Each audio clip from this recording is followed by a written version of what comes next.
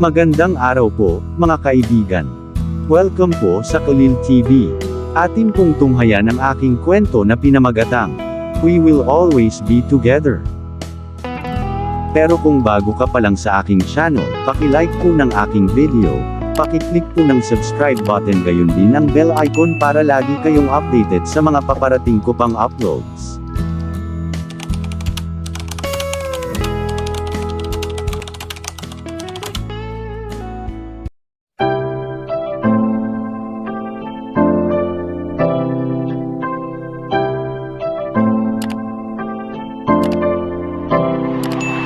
Kulil TV.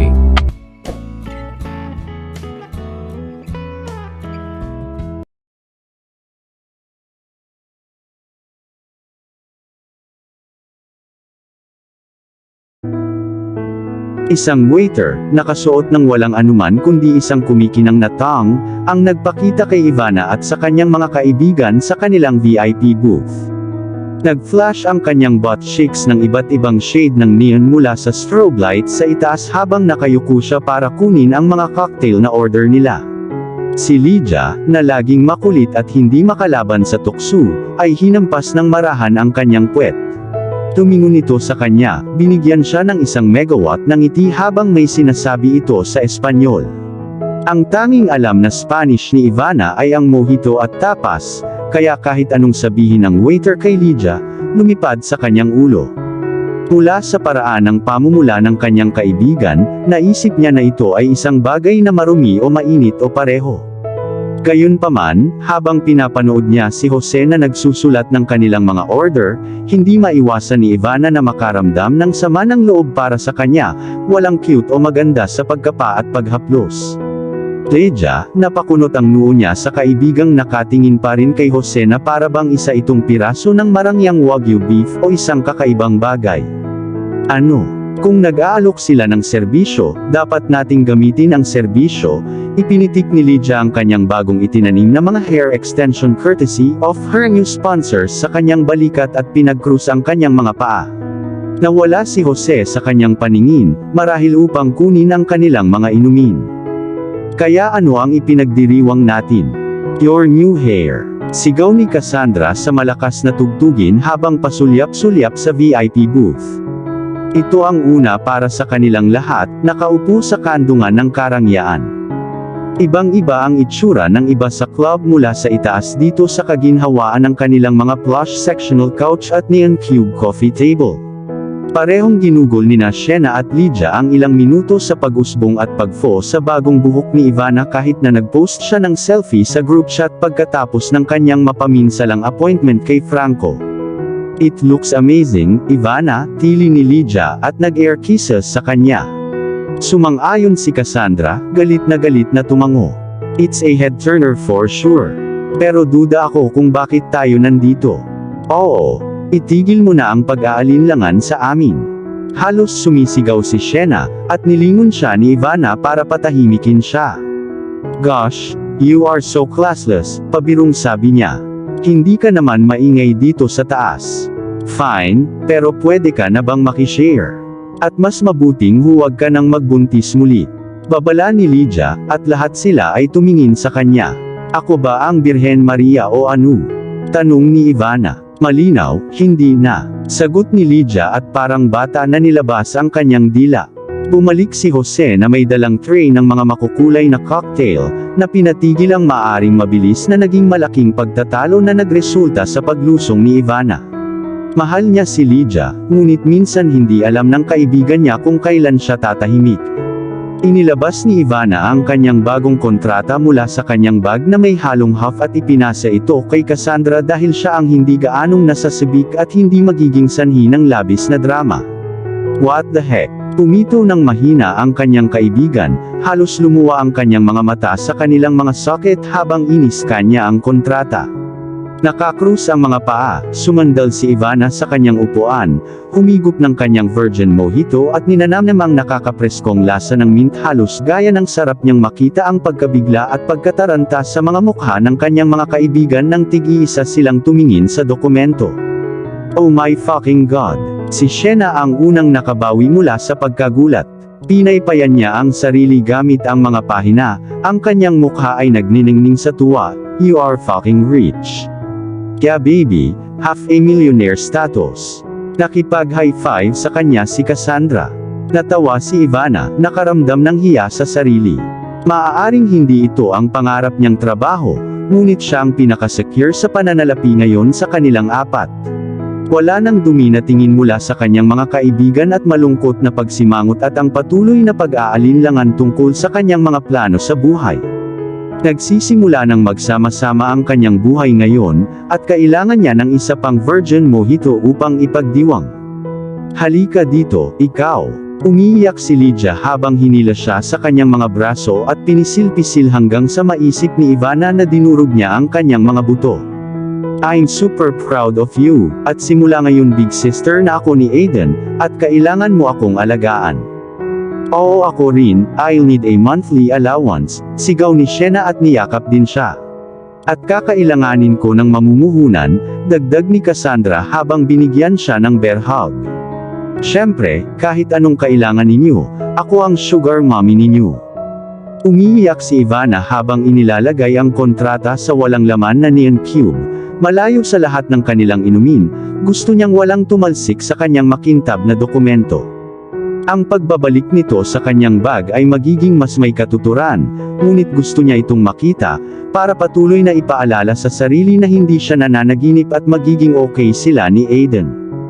Tinawag ni Lydia si Jose pabalik sa kanilang booth, at nag-order sila ng mas maraming cocktail kahit na hindi sila masyadong nakagawa ng pinsala sa kanilang unang round ng mga inumin. "Are you sure about this, though?" Nag-aalala si Shena para sa kanya, lalo na pagkatapos ng halos nakamamatay na engkwentro nila ni Juan Carlos. Siyempre, hindi sigurado si Ivana. Ngunit, kung mahalaga siya sa pagbawi ni Juan Carlos gaya ng pinaniniwalaan ni Gibby, hindi niya akalain na gagawa ito ng anumang bagay para itulak siya sa bangin. Maliban kung siyempre, mayroon siyang maluwag na tornilyo sa itaas. "Oo, ang gulo mo kahapon, at ngayon gusto mong bumalik sa kama kasama si Juan Carlos," tumalon si Lydia sa nag-aalalang kariton. "Hindi ako lumukso sa kama kasama siya. Ginagawa ko ito para kay Aiden. Kailangan namin ang pera," mabilis na sabi ni Ivana, na umaasang maisara ang lahat at hindi na niya kailangang ipaliwanag ang tunay niyang mga dahilan sa pagkuha ng trabaho.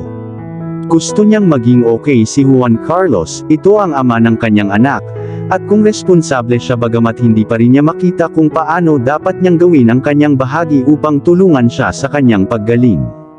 "So how are you going to spend all the bazillions in your bank account?" tanong ni Cassandra. "Ano ang una mong nakukuha?" "Aking clawfoot tub," napasigaw si Ivana sa tuwa. Sa wakas, magkakaroon na siya ng banyong karapat-dapat sa pabalat ng magazine ng Homemakers. Tumingon sa kanya ang tatlo na may pagtataka sa kanilang mga mukha, at gumugol siya ng ilang minuto na sinusubukang kumbensihin sila kung bakit kailangang bathtub ang kanyang unang big-ticket item. "Kumusta naman ang mga bagong damit?" Malinaw na nadismaya si Lydia sa kanyang mahihirap na pagpili sa buhay. "I mean ang tagal mo nang nagpalit ng itsura." Ang kanilang truce ay panandalian dahil agad na pumasok si Ivana sa defense mode. "Ano ba talaga ang mali sa damit ko? Luma na sila, at gaya ng nararapat na itinuro ni Juan Carlos, ginagawa kanilang parang isang matandang librarian."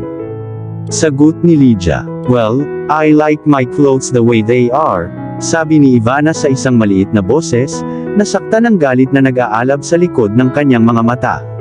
Alam niyang hindi siya ang pinakamagandang kandila sa silid, at kung minsan ang kanyang pananamit ay medyo sira-sira.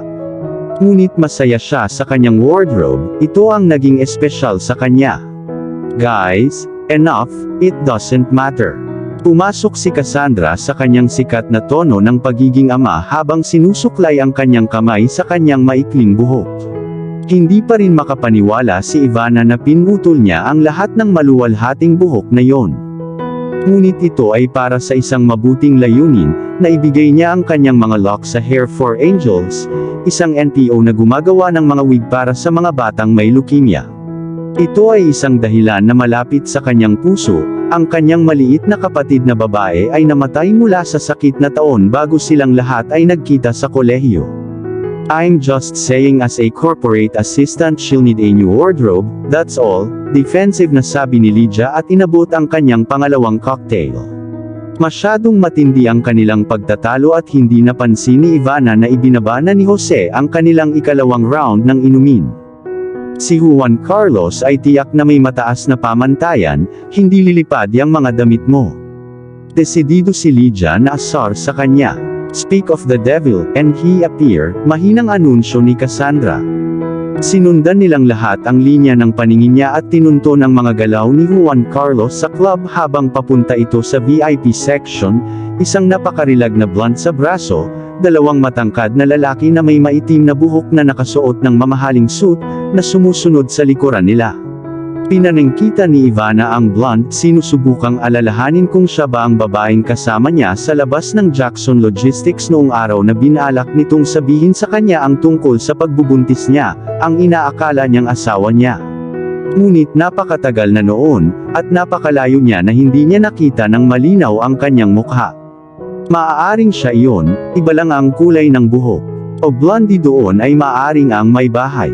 Hindi niya ito lampasan. Para sa isang lalaki na nagpaalis sa kanyang mayordomo sa lahat ng kanyang mga kabit, tiyak na ang isang maliit na pagtataksil ay hindi nawala sa mga baraha. Ayos ka lang ba? Tanong ni Shena, at nilingon ni Ivana ang nag-aalalang tingin sa lahat ng kanilang mga mata, ang kanilang simpatya ay halos matikman niya ito sa kanyang bibig. I'm fine, pagsisinungaling niya at ibinaba ang pangalawang mojito niya. Kung hindi pa siya nagpapasuso, may inorder siya na may kaunting sipa. Bakit siya nabalisa na naman? Natahimik siya, pumipikit pabalik sa kanyang mga luha. Hindi man lang niya gusto si Juan Carlos, kaya bakit ang saya ng puso niya na makita itong may kasamang ibang babae na malamang nakapareha niya? At bakit kailangan niya itong tulungang gumaling kung mayroon na siyang magandang asawa? Nagsisimula na siyang mag-isip na pinagbentahan siya ni Gibby ng isang mahabang kwento para makabalik siya. Excuse me, umiiyak na sabi ni Ivana habang kinukuha ang kanyang telepono at tumakbo palabas ng booth, nanlabo ang kanyang paningin sa mga luhang nanginginig sa kanyang mga mata. Nagmamadali siyang makalayo sa kanyang mga kaibigan at umiyak ng mapayapa, natapilok siya sa isa sa mga baitang at matutumba na sana siya kung hindi lang sa isang pares ng malalakas na kamay na humawak sa kanyang baywang sa tamang oras. Ayos ka lang ba? Tumingon si Ivana sa napaka-pamilyar na mabagsik na boses at nagbuga ng isang string ng expletives sa ilalim ng kanyang hininga. Siya ay talagang isang napakasamang tao sa kanyang nakaraang buhay upang makaranas ng napakaraming kamalasan sa isang gabi. Simon, mahina niyang sabi, magkadikit ang mga labi, nakakross ang mga braso sa dibdib. Nang malaman niyang buntis siya, nawalan siya ng interes sa lahat ng bagay kay Simon, hindi kailanman naisip siya, hindi kailanman nag-stalk sa kanyang mga account sa social media at hindi nais na marinig ang tungkol sa kanya. Nakalimutan niya siya sa sandaling lumipat siya sa Blue Mountains. Ngunit ngayon, narito siya, sa lahat ng kanyang kaluwalhatian ng Diyos na Griego, ang gwapong demonyo pa rin noong pinadalhan niya siya ng isang breakup text. Mukha siyang masaya, malusog, at may asawa pa rin kung ang singsing sa kaliwang daliri ay anumang indikasyon. Hi! Kumaway sa kanya ang dati niyang nobyo, napaawang ang bibig nito. Nagniningning ang mukha nito na parabang ang kanilang pagkakataong magkita ay isang inaabangan na masayang muling pagkikita kung sa totoo lang ay wala naman.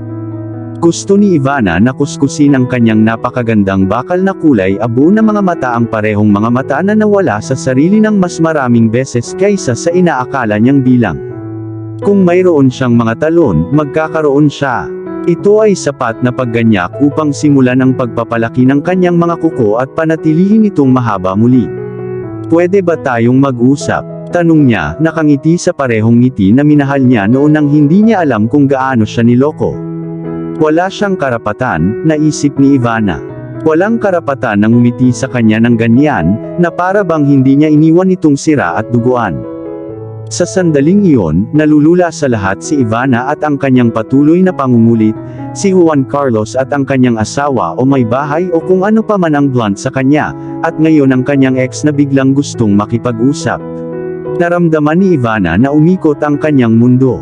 Parang may naghagis sa kanya sa isang marahas na gumagalaw na merry-go-round. She lost her head. Pag-usapan kung ano Simon. Siya ay sumigaw, walang pakialam sa lahat na sila ay nasa isang napakapampublikong espasyo, at ang mga bisita sa lahat ng iba pang mga VIP booth, ligtas na nakatago sa likod ng paper-thin screen walls, nagkaroon ng front row seat sa isang drama 2 taon sa paggawa.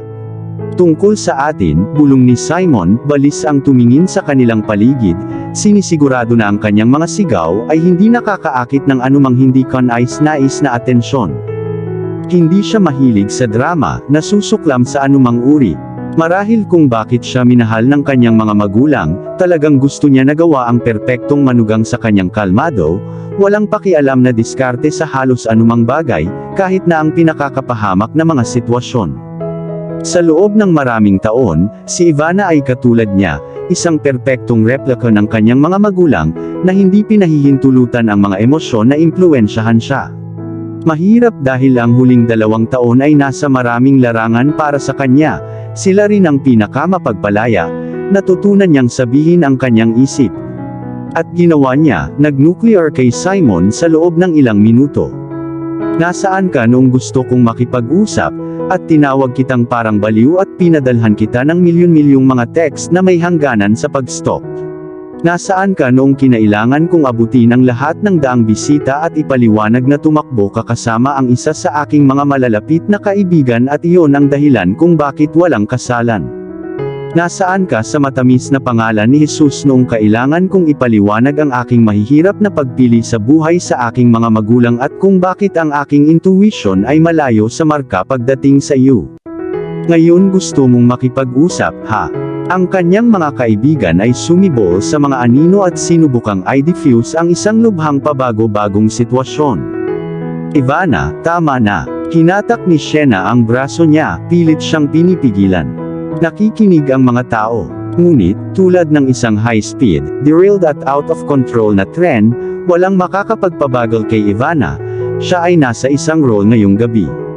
Siya ay naghintay ng napakatagal na oras upang sabihin ang kanyang piraso. Walang paraan na hahayaan niyang kunin ng sinuman ang pagkakataong ito mula sa kanya.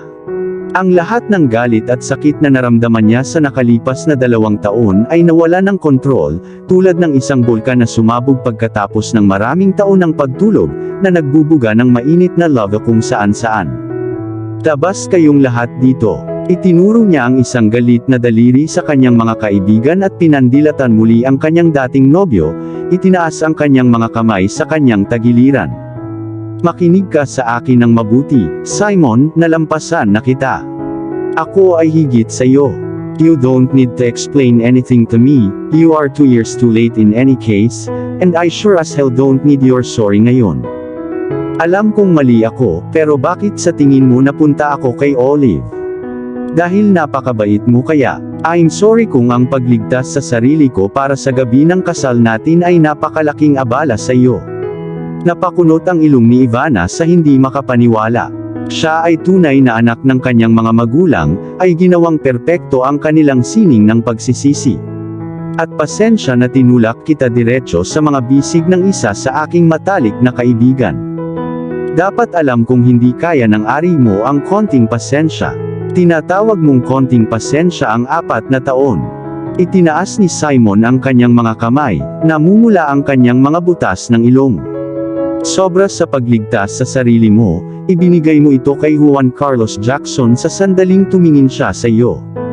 Tumahimik ka, dinuraan siya ni Ivana. At paano mo nalaman ang tungkol dyan? Binabantayan mo ba ako? Huwag mong purihin ang iyong sarili, sweetheart, nginisiyan ni Simon, naningkit ang mga mata, napaawang ang bibig sa disgusto. Nakita kita sa kanyang mga bisig noong gabing iyon, at pinanood kitang umalis kasama siya, at alam ng lahat kung ano ang mangyayari kapag umalis ang sinumang babae kasama si Juan Carlos o sinuman sa kanyang mga tauhan. Talaga sa lahat ng rebound guys kailangan mo siyang piliin. Oo Simon, ginawa ko, at alam mo kung ano, siya ay napakaganda. Kung makakatulog ako ulit sa kanya, gagawin ko. Umiyak siya, na nabigla ang lahat sa kanyang pag-amin. Nagpatuloy si Simon. Wala akong ibig sabihin sa iyo simula nang tumalon ka sa mga bisig ng unang lalaking dumating. Ano ba ang inaasahan mong gagawin ko? Nanlambot at mamatay sa wasak na puso. Nakikiusap na bumalik ka. Masyado kang maraming pinapanood na pelikula. Natawa si Ivana na hindi makapaniwala. At alam mo kung ano ang tama mo, pagbabalik tanaw, hindi iyon pag-ibig. Ikaw ay isang comfort zone, isang magandang lugar na mapupuntahan, ngunit walang tumutubo doon. Itinulak siya nito sa isang tabi at nagsimulang maglakad palayo, ngunit sinundan siya nito at hinawakan siya. Huwag maglakas loob kang hawakan ako. Pumikit siya, binawi ang braso niya. Nawalan ka ng karapatang hawakan ako sa sandaling natulog ka sa isa sa aking mga kaibigan. Tingnan mo, itinaas ni Simon ang kanyang mga kamay bilang paghingi ng tawad. Pasensya na, okay. Gusto ko lang sabihin na nagsisisi talaga ako sa nagawa ko sa'yo. Napaisip ako. Mabilis siyang pinutol ni Ivana. No, darling, please don't. Sasaktan mo ang medyo maliit mong ulo sa lahat ng iniisip mo. Ivana, anong gusto mong gawin ko? Napaungol si Simon sa kanyang mga kamay. Sinusubukan kong humingi ng tawad, pasensya na ha. Patawarin mo ako. Hindi na kailangan, malamig nang umiti siya. Maaari mong kunin ang lahat ng mga sorry na nakolekta mo nitong nakaraang 2 taon at itulak ang mga ito kung saan hindi sumisikat ang araw. Ang aking buhay ay punong-puno, wala akong puwang para sa kanila. Ivana, sinubukan muli ni Simon, ngunit pinigilan niya ito. Huwag mo akong tawaging ganyan. Nawalan ka ng karapatang tawagin ako ng ganyan. Sa katunayan, mula ngayon, ang pagiging nasa aking presensya ay isang pribilehiyo na iilan lamang ang mayroon. At hindi ka isa sa iilan. Sinamaan niya ito ng tingin at muling itinulak sa tabi. Ngayon, kung mapagpaumanhin ninyong lahat, kailangan kong tingnan ang aking anak. Ngunit bago pa siya makagawa ng anumang pag-unlad, 2 mabigat na bouncer ang dumating upang itakda ang batas. Nakatanggap sila ng mga reklamo ng mainit na pagtatalo mula sa isa sa mga VIP booth. Miss, umalis ka na, doon ang exit. Magalang sila, ngunit alam ni Ivana na hindi sila hihigit sa paggamit ng puwersa kung kinakailangan. Ako? Tanong niya sabay turo sa sarili niya. Bakit ako aalis? Siya ang nagsimula. Oo, nagbayad kami para sa isang VIP table, at hindi kami aalis nang hindi natatapos ang aming mga inumin. Tumalon si Lydia. Maaari silang maiinis sa isa't isa minsan, ngunit si Lydia ay isang kaibigan na alam ni Ivana na susukuan ang kanyang mga manggas at makikipag-away sa kanya. Si Cassandra ang tutulong sa paglilibing ng mga bangkay at si Shena naman ay magdadala ng piyansa kung sakaling mahuli silang tatlo. Hindi ito isang kahilingan, sabi ng isa sa mga bouncer, na ibinabaluktot ang kanyang mga baril. Okay ladies, let's get out of here, mabilis na yak ni Shena. Higit sa iba, natakot siya sa mga bouncer, salamat sa isang insidente noon sa varsity nang ang kanyang nobyo noon ay bugbugin hanggang sa pumutok ng mag-asawang matipunong security guard matapos ang isang gabi ng matinding inuman. Hindi siya nakalampas sa pag-atake. Wala sa kanila ang gumawa.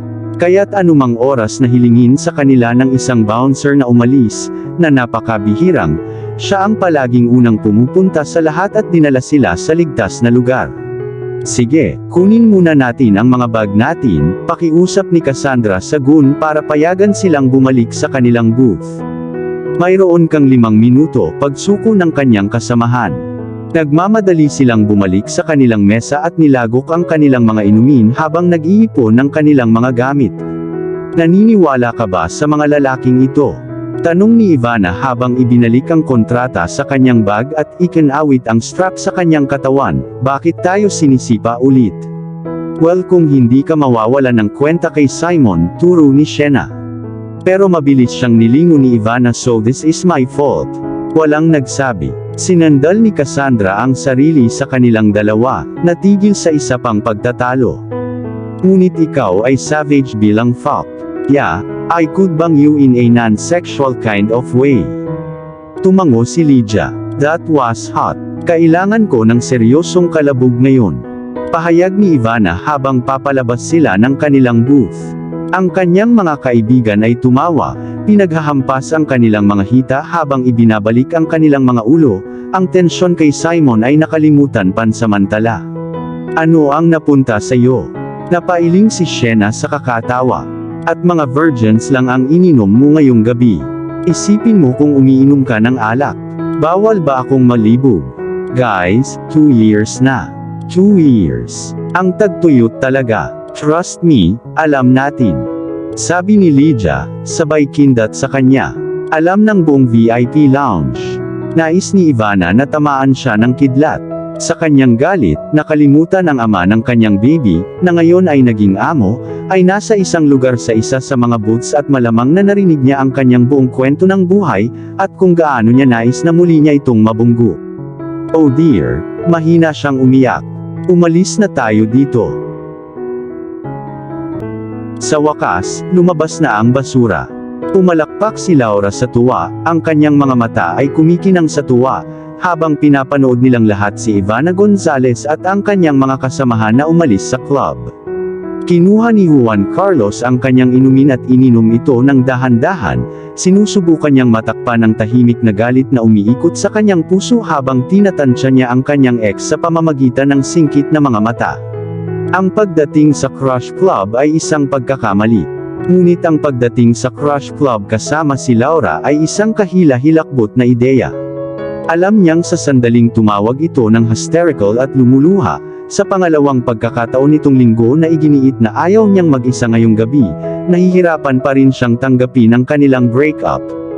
Nais ni Juan Carlos na pabayaan siya ng malumanay gaya ng ginawa niya noong nakaraang linggo. Ngunit puno ng guilt dahil sa biglaang pagwawakas ng mga bagay, pumayag siyang uminom. Dapat ay nakinig siya kina Matthew at Julian at putulin ang lahat ng komunikasyon sa kanya. Sinumbong mo siya. Siya ay gumuhit, sa isang kalmadong boses na pinaniniwalaan ang galit sa kanyang mga mata nang sigurado siyang makakapagsalita siya nang hindi nawawala ang kanyang shit sa buong katawan niya. Gaano man niya kasuklam si Ivana, na pinapanood siyang pinalabas ng club na parabang isa siyang kriminal, nagalit sa kanya nang higit pa kaysa inamin niya. Si Ivana ang problema niya. Ang kanyang ex ay walang karapatang makialam, payak at simple. Kinailangan ng isang tao. Pinalo ni Laura ang kanyang katawa-tawang mahahabang peking pilikmata sa kanya, walang kagalakang hindi alam ang kanyang malubhang pagkakamali.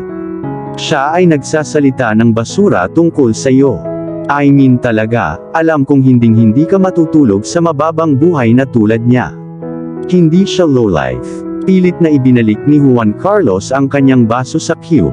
Lahat ng kulay ay nauubos mula sa kanyang mga buko habang nakakuyom ang kanyang mga kamay sa kanyang kandungan. Walang sino man ang pinapayagang i-bully si Ivana o gawing miserable ang kanyang buhay. Maliban sa kanya, syempre. At walang sino man ang pinapayagang tumawag sa kanyang mga pangalan.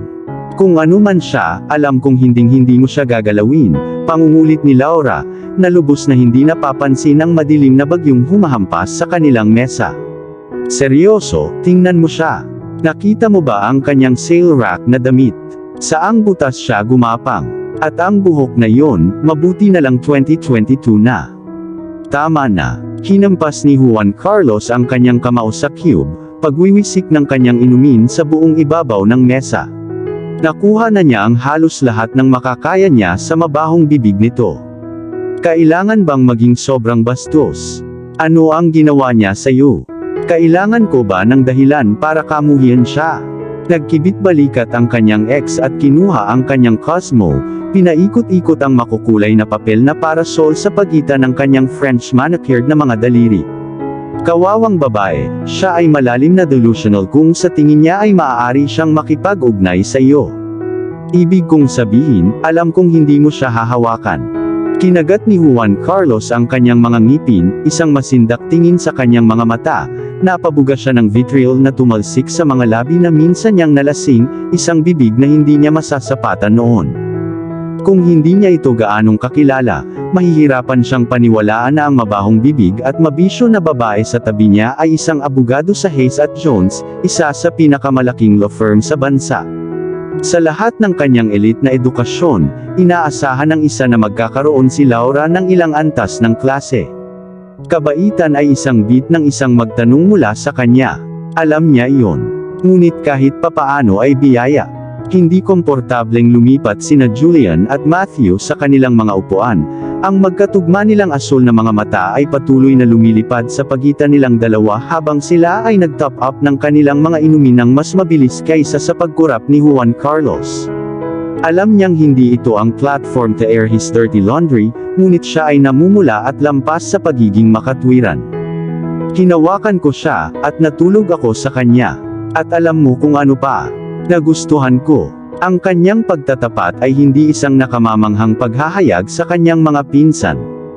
Alam na nila ang nakaraan nila ni Ivana. Ngunit ito ay isang napakalaking pagkabigla kay Laura. Para sa isang nakakagulat na minuto, maaaring mas mahaba, siya ay tila ang kanyang mundo ay gumuho.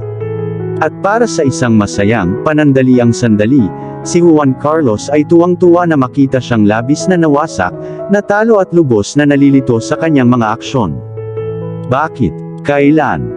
Tanong niya sa isang maliit na boses pagkatapos ng mahabang kahabaan ng pilit na katahimikan, na paminsan-minsang nabasag ng mabigat na paghinga mula sa kanya, at nakakaiyak na buntong hininga mula sa kanya, at ang tahimik na daldalan ni Julian at Matthew habang sinusubukan nilang ipagpatuloy ang kanilang pag-uusap, isang bagay tungkol sa sunod-sunod na pag-atake sa mga truck sa pagpapadala sa buong bansa. Nag-aalala sila na maaaring ang Jackson Logistics ang susunod na target. Nag-aalala rin si Juan Carlos, ngunit sa ngayon ay naasar siya higit sa lahat. Tumingon siya sa dahilan ng kanyang pagkadismaya at nginitian siya. Isang ilog ng luha ang tumulo sa mga mata ni Laura habang siya ay nagpatuloy. Niloko mo ba ako? Nasaan ako? Hindi siya niloko niya. Siya ay maraming bagay, ngunit ang isang manloloko ay hindi isa sa kanila. Ang kanyang pagkakabit kay Ivana ay nangyari noong sila ni Laura ay nasa isa sa kanilang maraming break. Ngunit hindi nakita ni Juan Carlos ang pangangailangang ipaliwanag ang kanyang sarili, tapos na sila kahit papano. Tinunggan niya ang kanyang inumin at minasahe ang kanyang noo, isang banger ng sakit ng ulo ay hindi masyadong malayo. Makabubuti sa kanya na ihinto ang pag-inom ngayon, ngunit dadalhin niya ang isang ina ng hangover anumang araw sa matinding galit na nagninangas sa kanyang puso. Sabihin mo sa akin, kailan ito? Patuloy ang pag-ungol ni Laura, pinagdikit-dikit ang kanyang mga labi, hindi niya namamalaya na pinupunasan niya ang kanyang bibig na pulang dugo na kolorete. Wala nang lakas si Juan Carlos para sabihin sa kanya na ayusin ang sarili. Hindi na siya ang problema niya. Ang salamin na labis niyang kinahuhumalingan, ay magpapaalam pa rin sa kanya sa lalong madaling panahon. May utang kang paliwanag sa akin, siya ay tumili, winawagayway ang kanyang mga kamay na parang baliw. Nag-clear throat si Julian. Inilibot ni Matthew ang kanyang mga mata. Ang mga tingin sa kanilang mga mukha, malinaw kay Juan Carlos, hindi sila nag-sign up para sa horror na palabas na ito, at kailangan niyang isara ito ng mabilis kung gusto niyang manatili sila at tulungan siyang tapusin ang kanyang punong-punong bote ng whiskey. Hayaan mo na, mahinang babala nito sa kanya. Hindi ito ang lugar o oras. Laura bagaman ay ang lahat para sa isang napaka-publiko na showdown. Tumanggi siyang umalis ng tahimik. Sa totoo lang, ganoon ka ba kadesperado? 2 taon mo akong hindi ginalaw. Ayaw mong makipagtalik sa akin, ngunit maaari mo siyang hawakan. Inakusahan niya, na ikinagulat ng magkapatid na lalaki sa kanyang mga akusasyon, at ang makamandag na pag-ikot ng kanyang mga labi. Tumahimik ka. Babala ni Juan Carlos, ang kanyang boses ay mapanganib na mahina. Kung hindi lang siya pumapatol sa isang babae, nabunutin na niya ang lalamunan nito. Hindi ako tatahimik. 2 taon na akong nagtitiis sa'yo, kahit na halos hindi mo na ako hinawakan. Ngayon alam ko na kung bakit ayaw mong matulog sa akin. Parang gumulong ka sa putikan, kasama ang mga baboy. Bantayan mo ang bibig mo, sambit niya, namumula ang mga butas ng ilong niya, nakakuyom ang panga. At huwag na huwag mong tatawaging baboy si Ivana. Ang iyong issue ay sa akin. Iwanan mo siya dito. Sa sandaling iyon, ang kanyang ulo ay parang mga paputok sa bisperas ng bagong taon, ang kanyang galit ay umaalingaw sa kanyang dibdib, Sa wakas ay naunawaan ni Juan Carlos kung ano ang sinusubukang sabihin sa kanya ng kanyang mami tungkol kay Laura. Palagi silang isang pagtatapos na naghihintay na mangyari, na ipinagpaliban ng kanyang matinding katigasan ng ulo upang manatili sa isang bagay na hindi dapat mangyari, kahit nasa simula pa lang. Totoo ka ba ngayon? Tingnan mo siya, she's a freaking midget and blind as a bat too, iniluwa siya ni Laura, napalitan ng pangit ang mukha nito. Hindi sa ganyang ugali, hindi ka. Itinuro ni Juan Carlos ang exit, ang mapurol na sakit sa kanyang noo sa wakas ay sumabog sa isang ganap na sakit ng ulo. Habang maagang umalis si Laura, mas mabilis din ang pagbagsak ng bagyo sa kanyang puso. At huwag na huwag kang magpapakita sa akin. Huwag mo akong tawagan.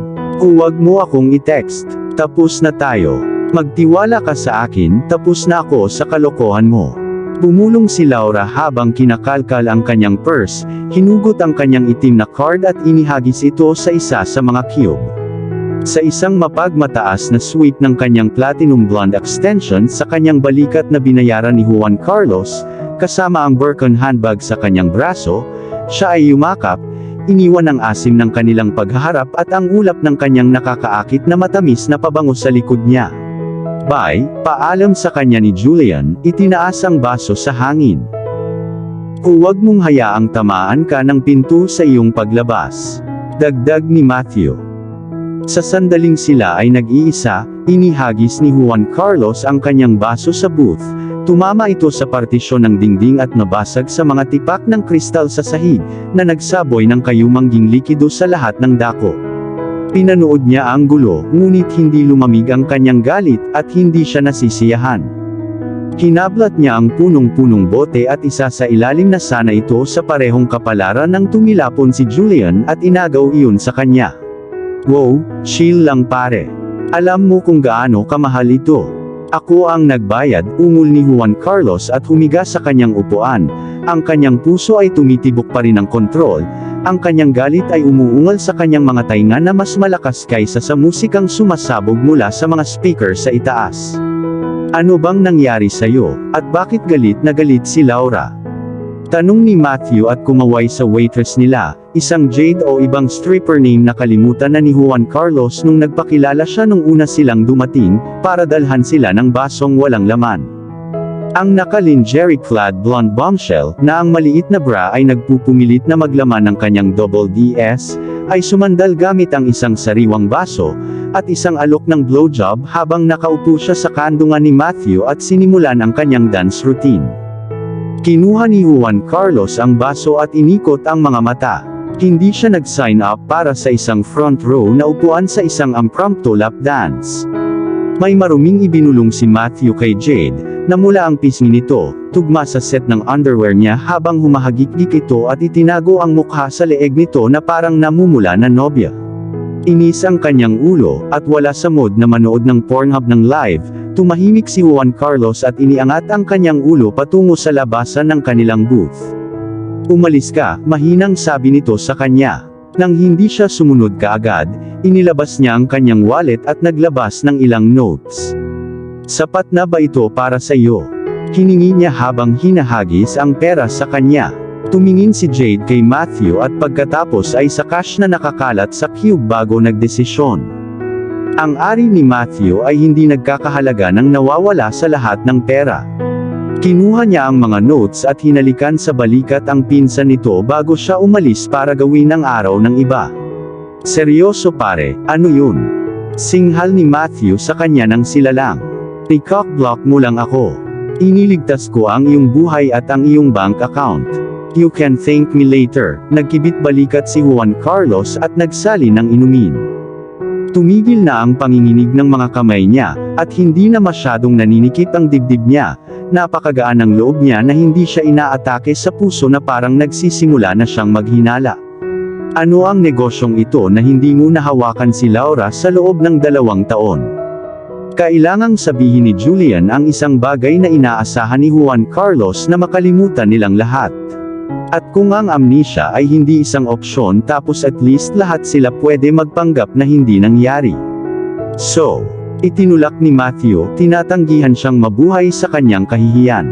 Ayokong pag-usapan iyan. Bulong ni Juan Carlos at tumingin sa malayo. Siya ay lubos na asar. At lahat ng ito ay may kinalaman kay Ivana Gonzalez. Muli, kung hindi dahil sa kanya, magkakaroon siya ng fully functioning dick, at si Laura ay hindi magiging masaya sa kanya kaya naramdaman niya ang pangangailangang ipalabas sa publiko ang kanilang maruming labada. Titigil na ba ang babaeng ito sa pahirap sa kanya? Bakit hindi mo sinabi sa amin? Patuloy ni Matthew, hindi napigilan ng kanyang mabato na katahimikan.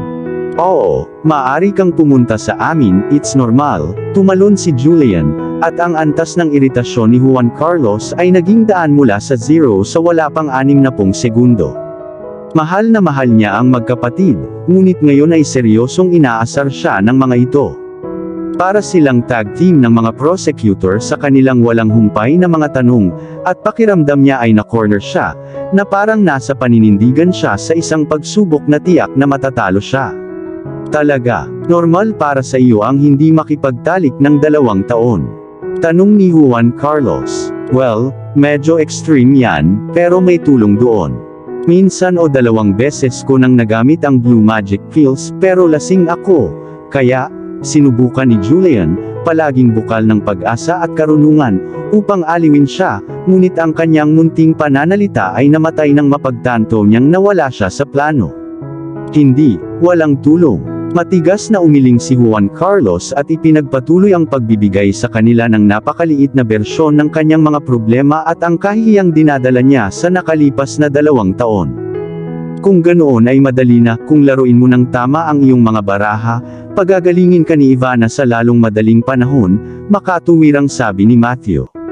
Kung sinabi ng iyong doktor na kailangan mong humingi ng tulong sa kanya, iyon ang gagawin mo. Saglit na nag-isip si Juan Carlos at napabuntong hininga.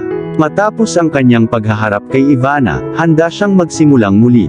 Handa siyang patawarin ang lahat alang-alang sa pagpapagaling. Hanggang sa kakulitan niya, nang makipag-ayos siya sa bagong kontrata. Siya ay walang karanasan ngunit nagkaroon ng lakas ng loob na itulak ang katawa-tawang mataas na sweldo. Siya ay lumalangoy pa rin sa mga papeles sa kanyang nakakabaliw na mga kahilingan. Talagang tatanggihan ng HR at finance ang kanyang nakakabaliw na pamamaraan kung hindi siya nagboluntaryo na ibigay ang 1% ng kanyang sweldo upang mapunan ang pagkakaiba mula sa unang alok. Higit sa lahat ng kanyang kabaliwan, hayagang inamin niya na ginamit niya siya bilang isang rebound para mabawi ang kanyang bigong engagement. Hinding-hindi niya ito mapapatawad. Ngayon higit kailanman gusto niya ang kanyang kalahating kilong laman at makukuha niya ang bawat piraso nito. Sa mga tunog nito, bukas na siya sa paghampas sa iyo ng 1 beses pa, sabi ni Julian, ang kanyang bibig ay lumalawak sa isang napakalaking ngiti habang inaabot ang kanyang baso at pinataas ang kanyang inumin, kung meron man siyang minahal na higit pa sa babae ay alak. Oo, mukhang sabik na sabik siya sa isang encore, nakangiting sabi ni Matthew, pinaikot-ikot ang baso sa kamay niya. Isa pa yon, umirap si Juan Carlos habang sabay-sabay niyang nilagok ang inumin niya. Kasal na si Ivana, may isang anak na lalaki na may ilang iba pang mababang buhay na dirtbag, at gayon pa man gusto pa rin niyang matulog sa kanya kung may pagkakataon. Sino ba naman itong babaeng ito? Wala siyang katuturan, at lahat ng tungkol sa kanyang sinalungat na logic. Nalungkot siya sa bawat sulok niya. Ngunit hinahangaan niya ito. Nagugutom siya para sa kanya. Still, siya ay umiling sa direksyon na kanyang iniisip, hindi siya susuko sa kanyang mga paghihimok, at mas maagang naisip ni Dr. Linda kung paano gamitin si Ivana para maayos siyang lubusan, mas mabuti. Sana, hindi ito kasangkot sa paghawak sa kanya. Kaya ano ang mangyayari kung ito ay lumabas, pagkatapos ng lahat ng iyong paggamot, si Ivana pa rin lang ang makakapagpakilig sa'yo. Pagkatapos ay gagawin ko ng walang sex. 2 taon na akong walang asawa, ano ang panghabang buhay? Anunsyo ni Juan Carlos at humagalpak sa tawa ang magkapatid niyang pinsan. Gayunpaman, para sa kanya, hindi ito nakakatawa. Sinira ni Ivana ang kanyang buhay, at patuloy niya itong ginugulo. Anong gagawin mo sa kanya? Napahawak sa baba si Matthew nang may pag-iisip, nakataas ang kilay na nagtatanong. Nagkibit balikat si Juan Carlos. Pananatilihin niya itong malapit gaya ng iminungkahi ng kanyang therapist at babayaran siya para sa paggamit sa kanya bilang rebound. Ang natitira ay malalaman niya habang nagpapatuloy siya. Seryosong sinisimulan niyang tanungin ang desisyon niyang kunin siya. Pagdating kay Ivana, talagang malalim ang takbo ng mga ito. Hindi niya akalain na totoo ang sinasabi nila, maaari pa ring maging pabago-bago at hindi nababagabag. Gusto niyo ba ng assistant? Alok niya habang sinusuot ang lounge jacket niya at naghahanda ng umalis. Ang kanyang paghaharap kay Laura ay nag-iwan ng maasim na lasa sa kanyang bibig. Ang pagkakita kay Ivana ay nasira rin ang kanyang gabi. Wala na siya sa mood para samahan, gaano man kaakit-akit ang whiskey. No, thank you. Umiling ang magkapatid. Hindi sa ganyang ugali. At akala naming lahat ikaw ang dragon. Tumahimik ka. Ungol niya habang palabas ng booth at pauwi. Bumalik sa kanyang lugar, nag-aksaya si Juan Carlos ng napakaraming oras sa kanyang pag-aaral na sinusubukan ang bawat termino para sa paghahanap sa universe upang makakuha ng anumang impormasyon tungkol kay Ivana, kahit na marami siyang kailangang gawin. Ngunit ang lahat ng kanyang mga pagtatangka ay dumating na walang laman.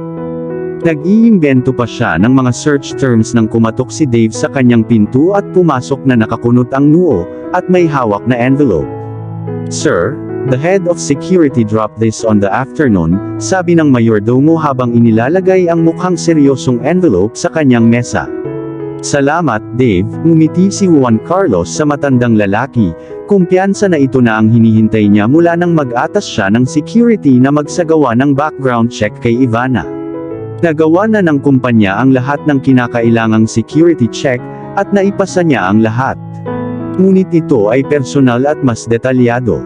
Nag-angat siya ng tingin nang mapansin niyang walang balak ang butler niyang sumama.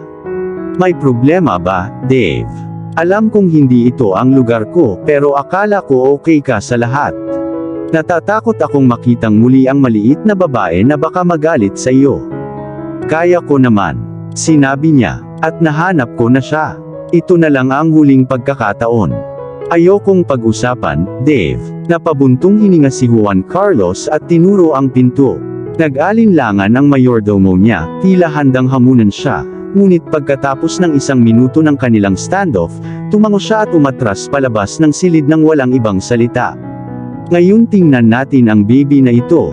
Ungol ni Juan Carlos nang mag-isa na naman siya habang pinupunit ang envelope, at ang 3 pahinang dossier ay pumapalpak sa kanyang mga kamay. Sa loob ng mahigit kalahating oras ay binasa niya ang report, pinagsama-sama ang 2 taong timeline ni Ivana mula nang mawala siya.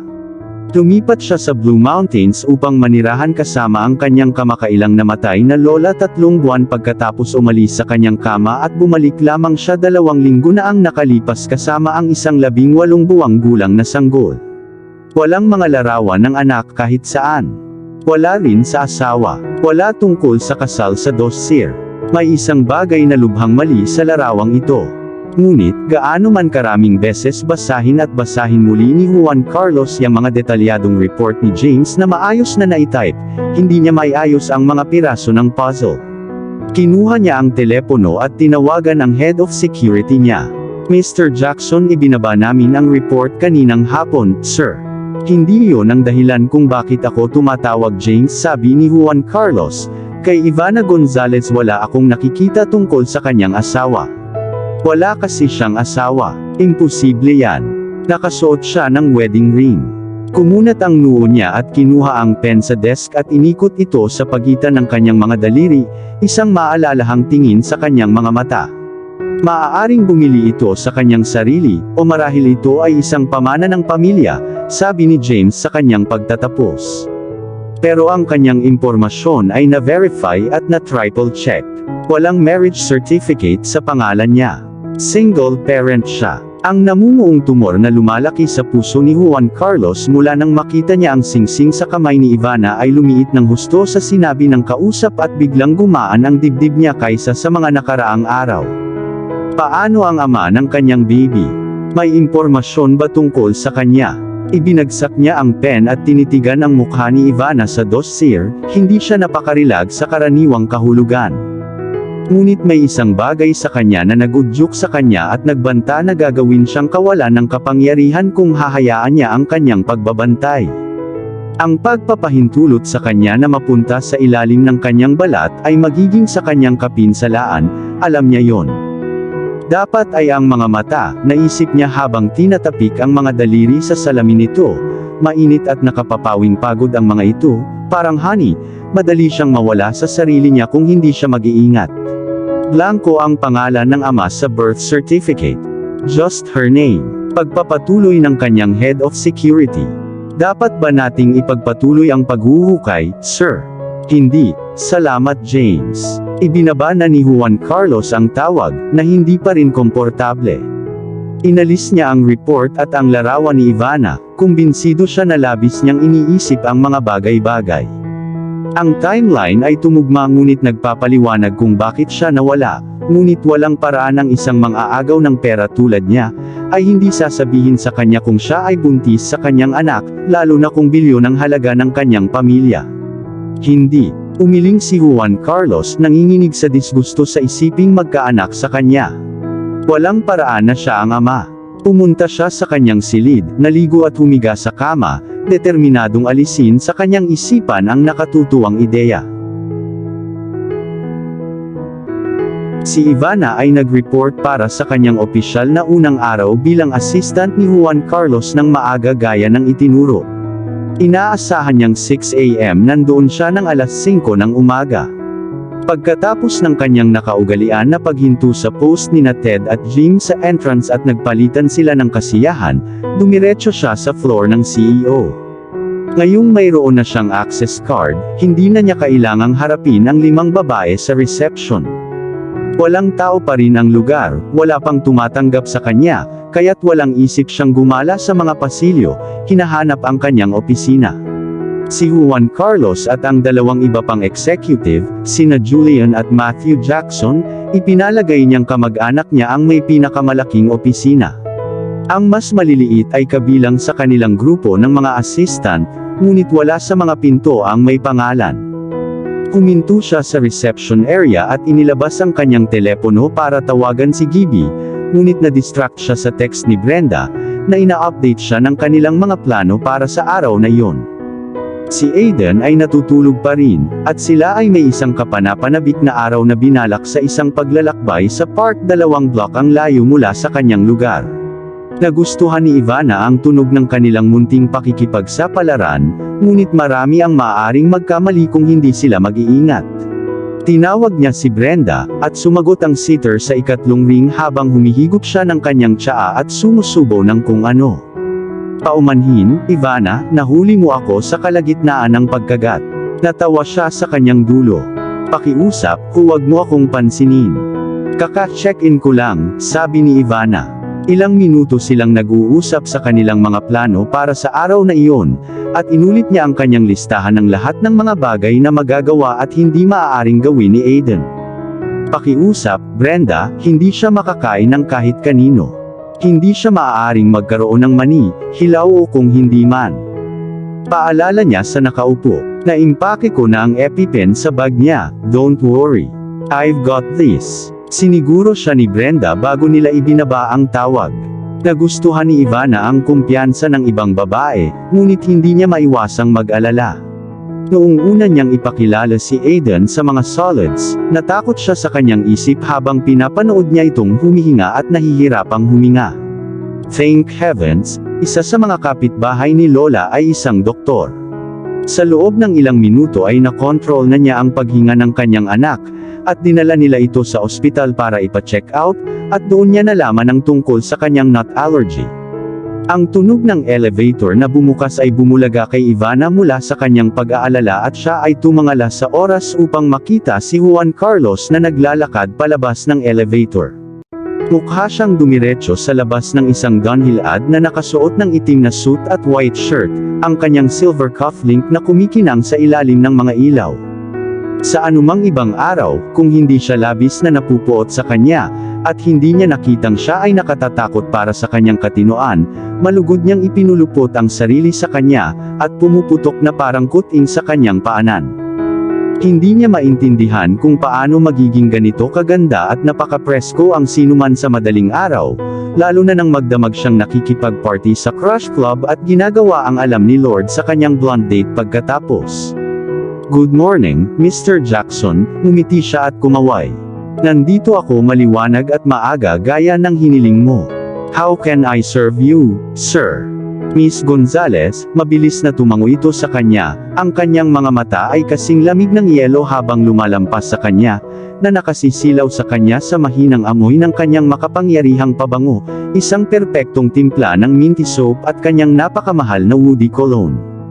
"Jesus," huminga siya ng mahina.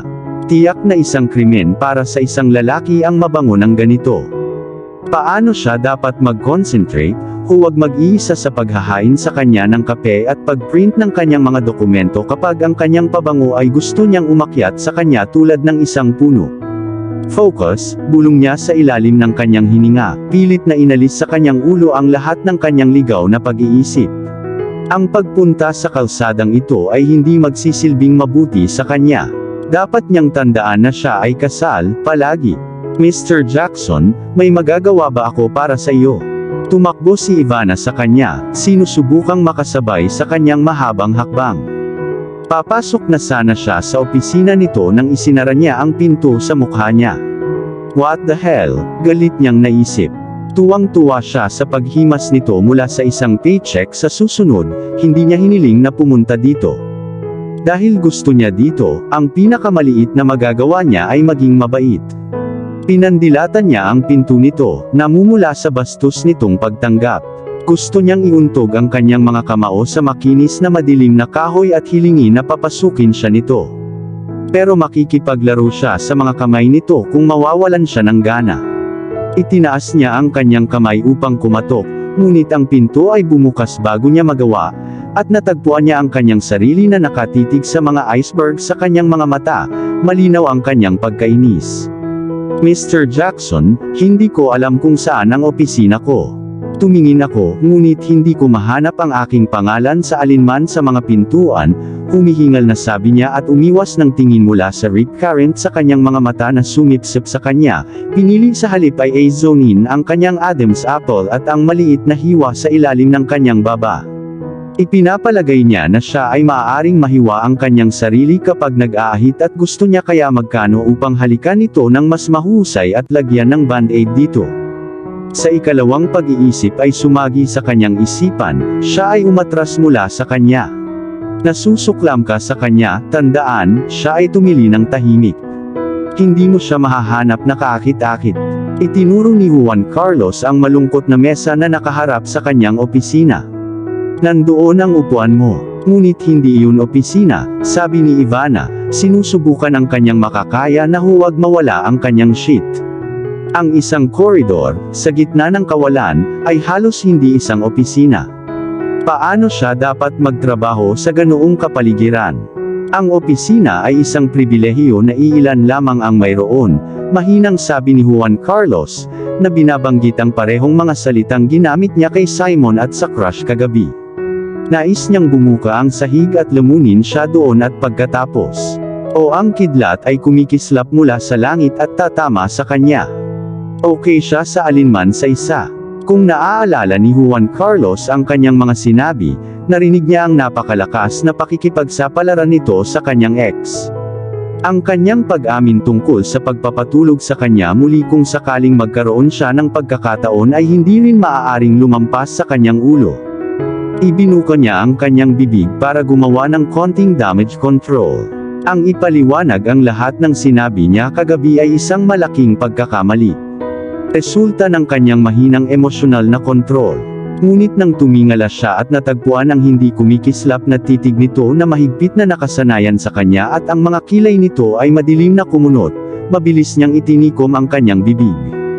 Walang halaga ng pagpapaliwanag ay makakakuha sa kanyang magandang grasya. At hindi ka isa sa iilan.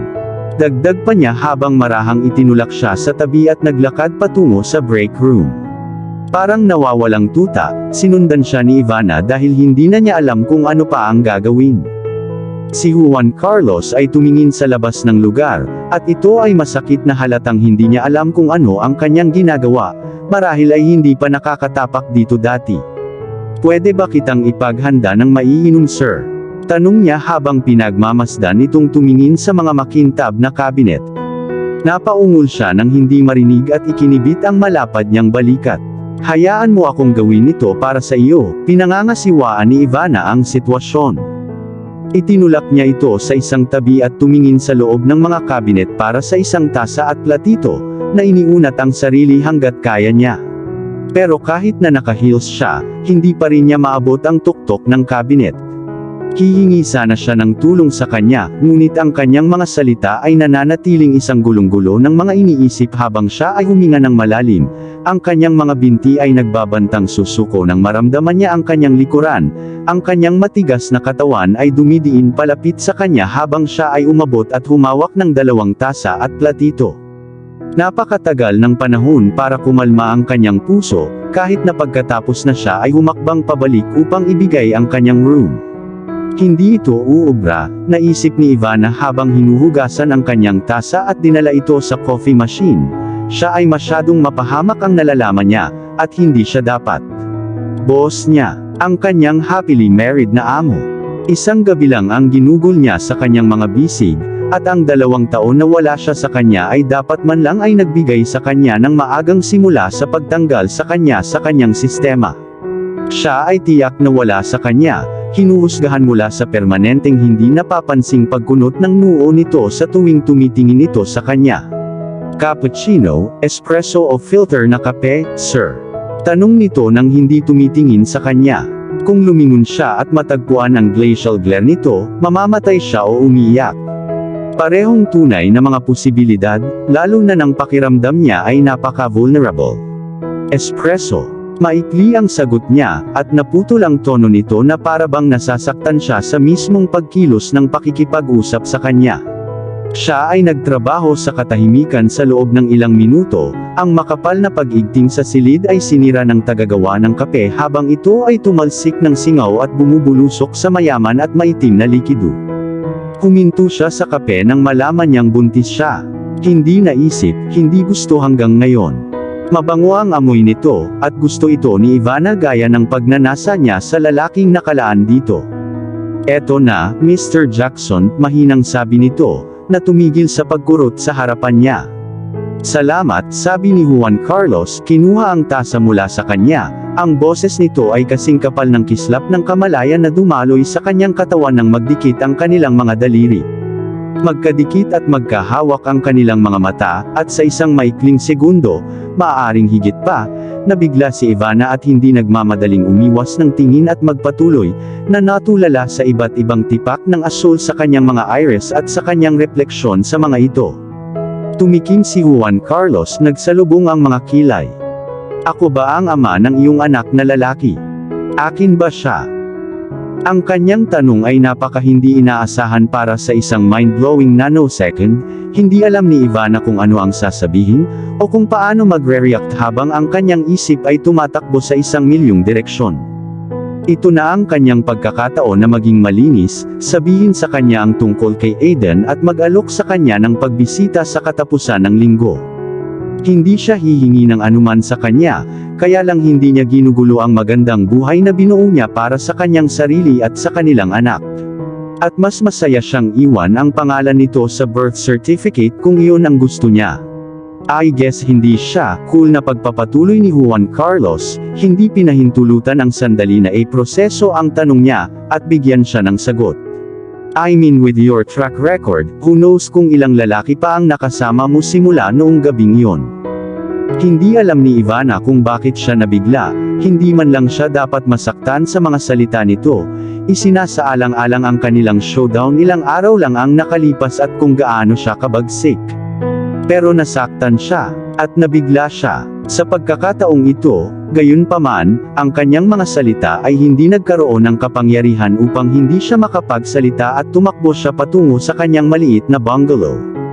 Hindi, sa pagkakataong ito, itinulak niya siya sa cliff. Puting init na galit na dumadaloy sa kanyang mga ugat, Nanginginig ang kanyang boses sa galit, mahinang binalaan siya ni Ivana. Huwag kang mag-assumption sa buhay ko. You are allowed to hate me for whatever reason. Pero ang bawal mong gawin ay gumawa ng mga assumptions para umayon sa iyong narrative.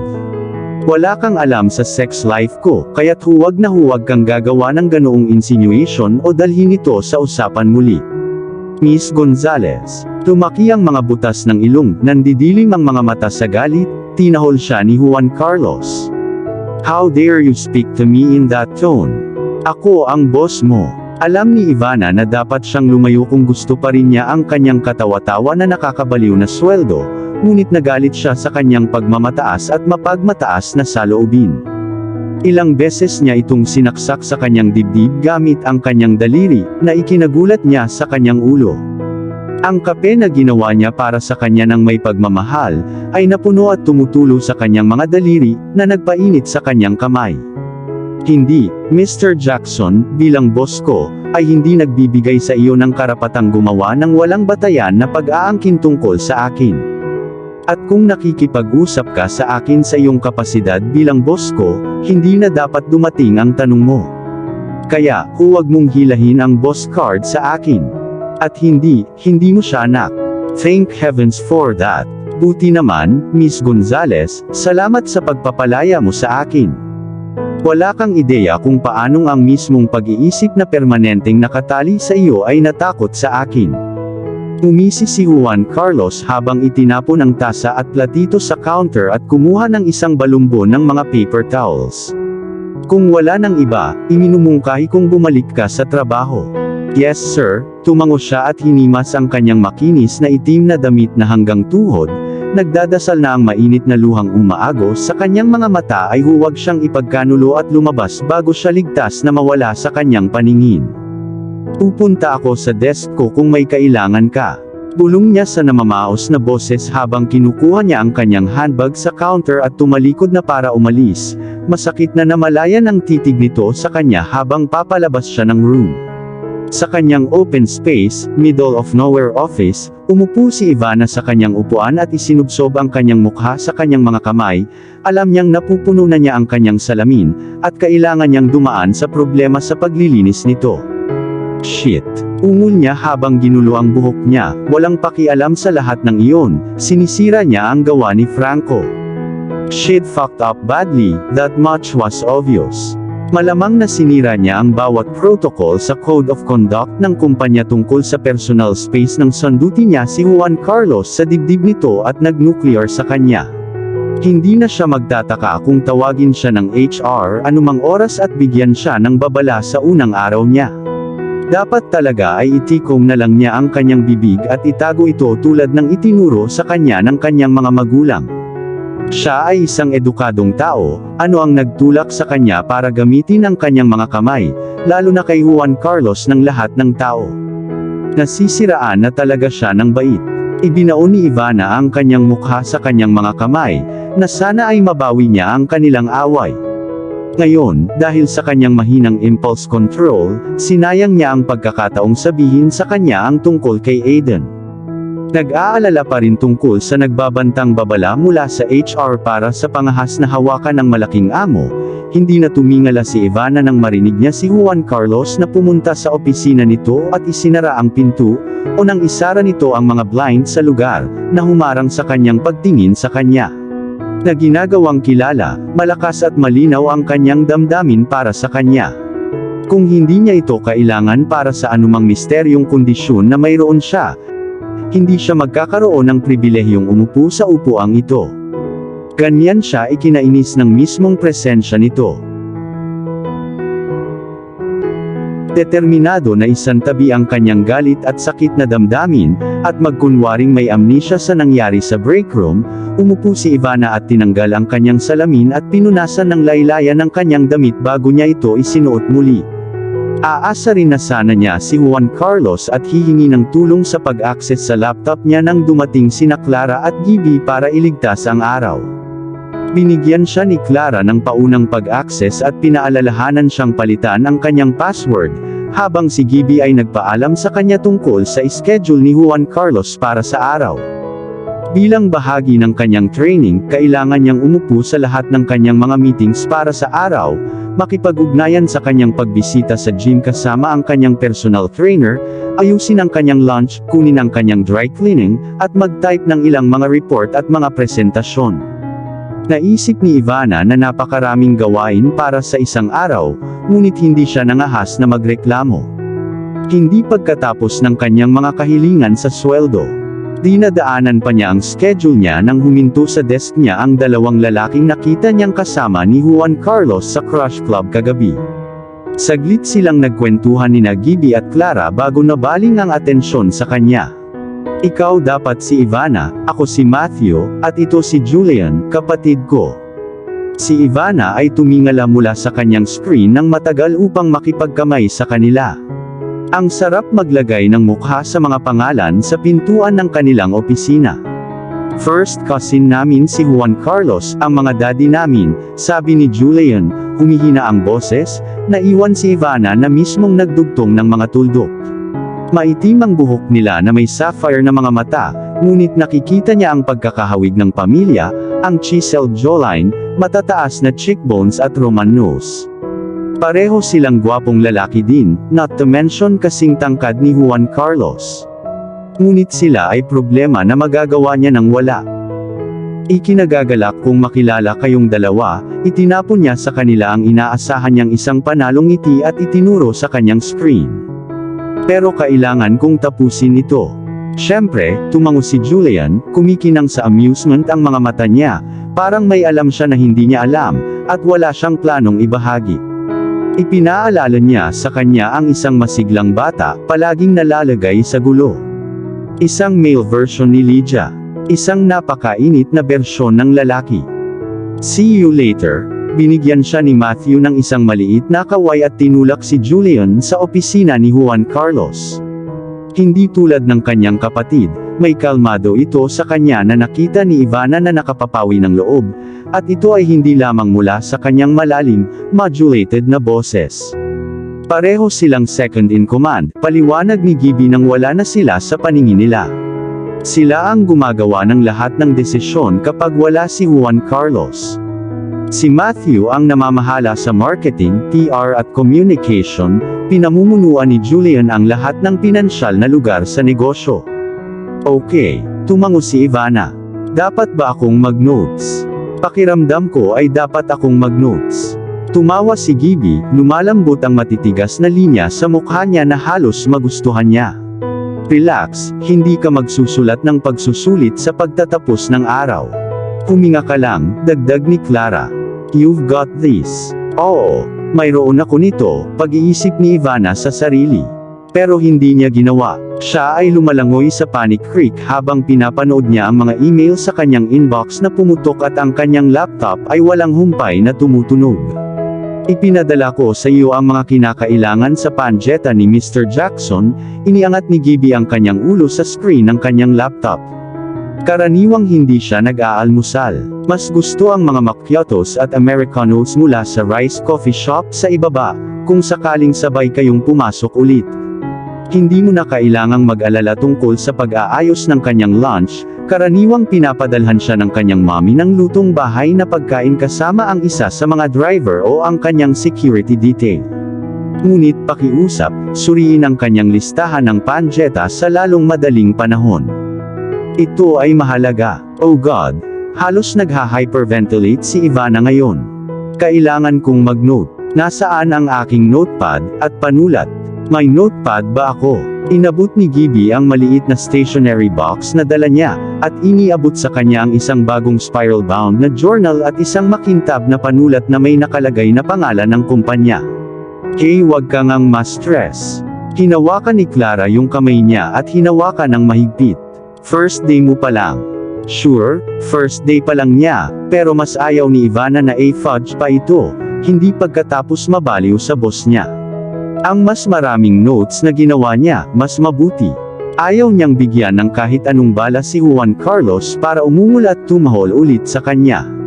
After you've settled in, dadalhin kita upang matugunan ang kanyang security detail, pagpapatuloy ni Gibby, hindi huminto upang tingnan kung mayroon pa siyang puso.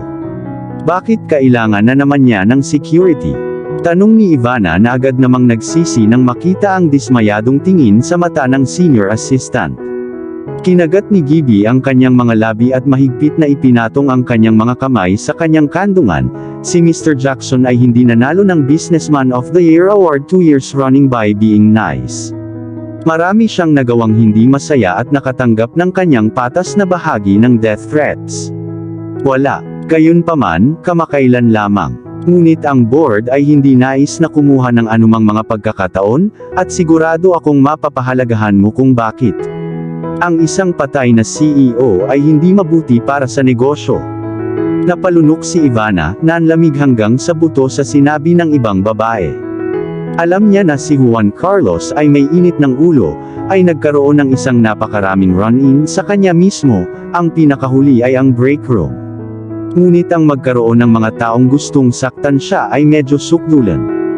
Siguro kapag tumigil na siya sa pagkapuot sa kanya, sana sa lalong madaling panahon, makipag-chat siya sa kanya at sabihin sa kanya na subukang mas mabuti ang kanyang mga ugali, at matutong makipaglaro ng mabuti sa ibang mga bata. Kailangan ni Aiden ng buhay ang kanyang ama. Para sa kanyang pang-araw-araw na pakikipag-ugnayan, karaniwang may isa o dalawang sasakyan na sumusunod sa kanya, dagdag ni Gibby.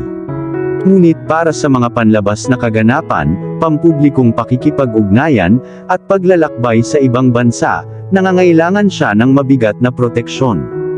Tiyaking dumaan ka sa protocol ng kumpanya. Tumango si Ivana at nagsulat ng note sa libro niya. Nakuha ko. Dagdag pa ni Clara sa kanyang pag-aalala sa kanyang anunsyo.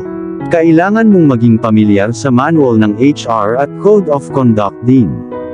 Ngunit muli, hindi ka magsusulat ng pagsusulit, kaya maglaan ng oras sa mga iyon. Tumawa si Gibby. Nakakatawa ang biro sa unang pagkakataon, hindi na ngayon, ngunit si Ivana ay tumawa dahil sa pagiging magalang. Buhay na bumukas ang pinto ni Juan Carlos. Ayaw niya syempre lalo na pagkatapos ng paghaharap nila sa kusina, pero parang puppet sa isang string ay tumingala si Ivana na pumipilipit at kumakalam ang sikmura na natatakot na sa darating. Inilibot ni Juan Carlos ang ulo sa pinto at tinuro siya ng diretso, "I need you." "Ako?" tanong ni Ivana na gulat sa paraan ng pagharap nito sa kanya. "No, please, hi, thank you.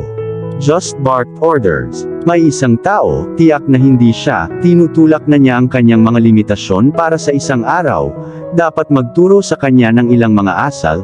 Nagalit si Ivana habang pinipiga ang kanyang mga kamay sa kanyang kandungan, ang kanyang katawan ay tumatangging sumunod sa kanyang mga tagubilin at pumunta sa kanya.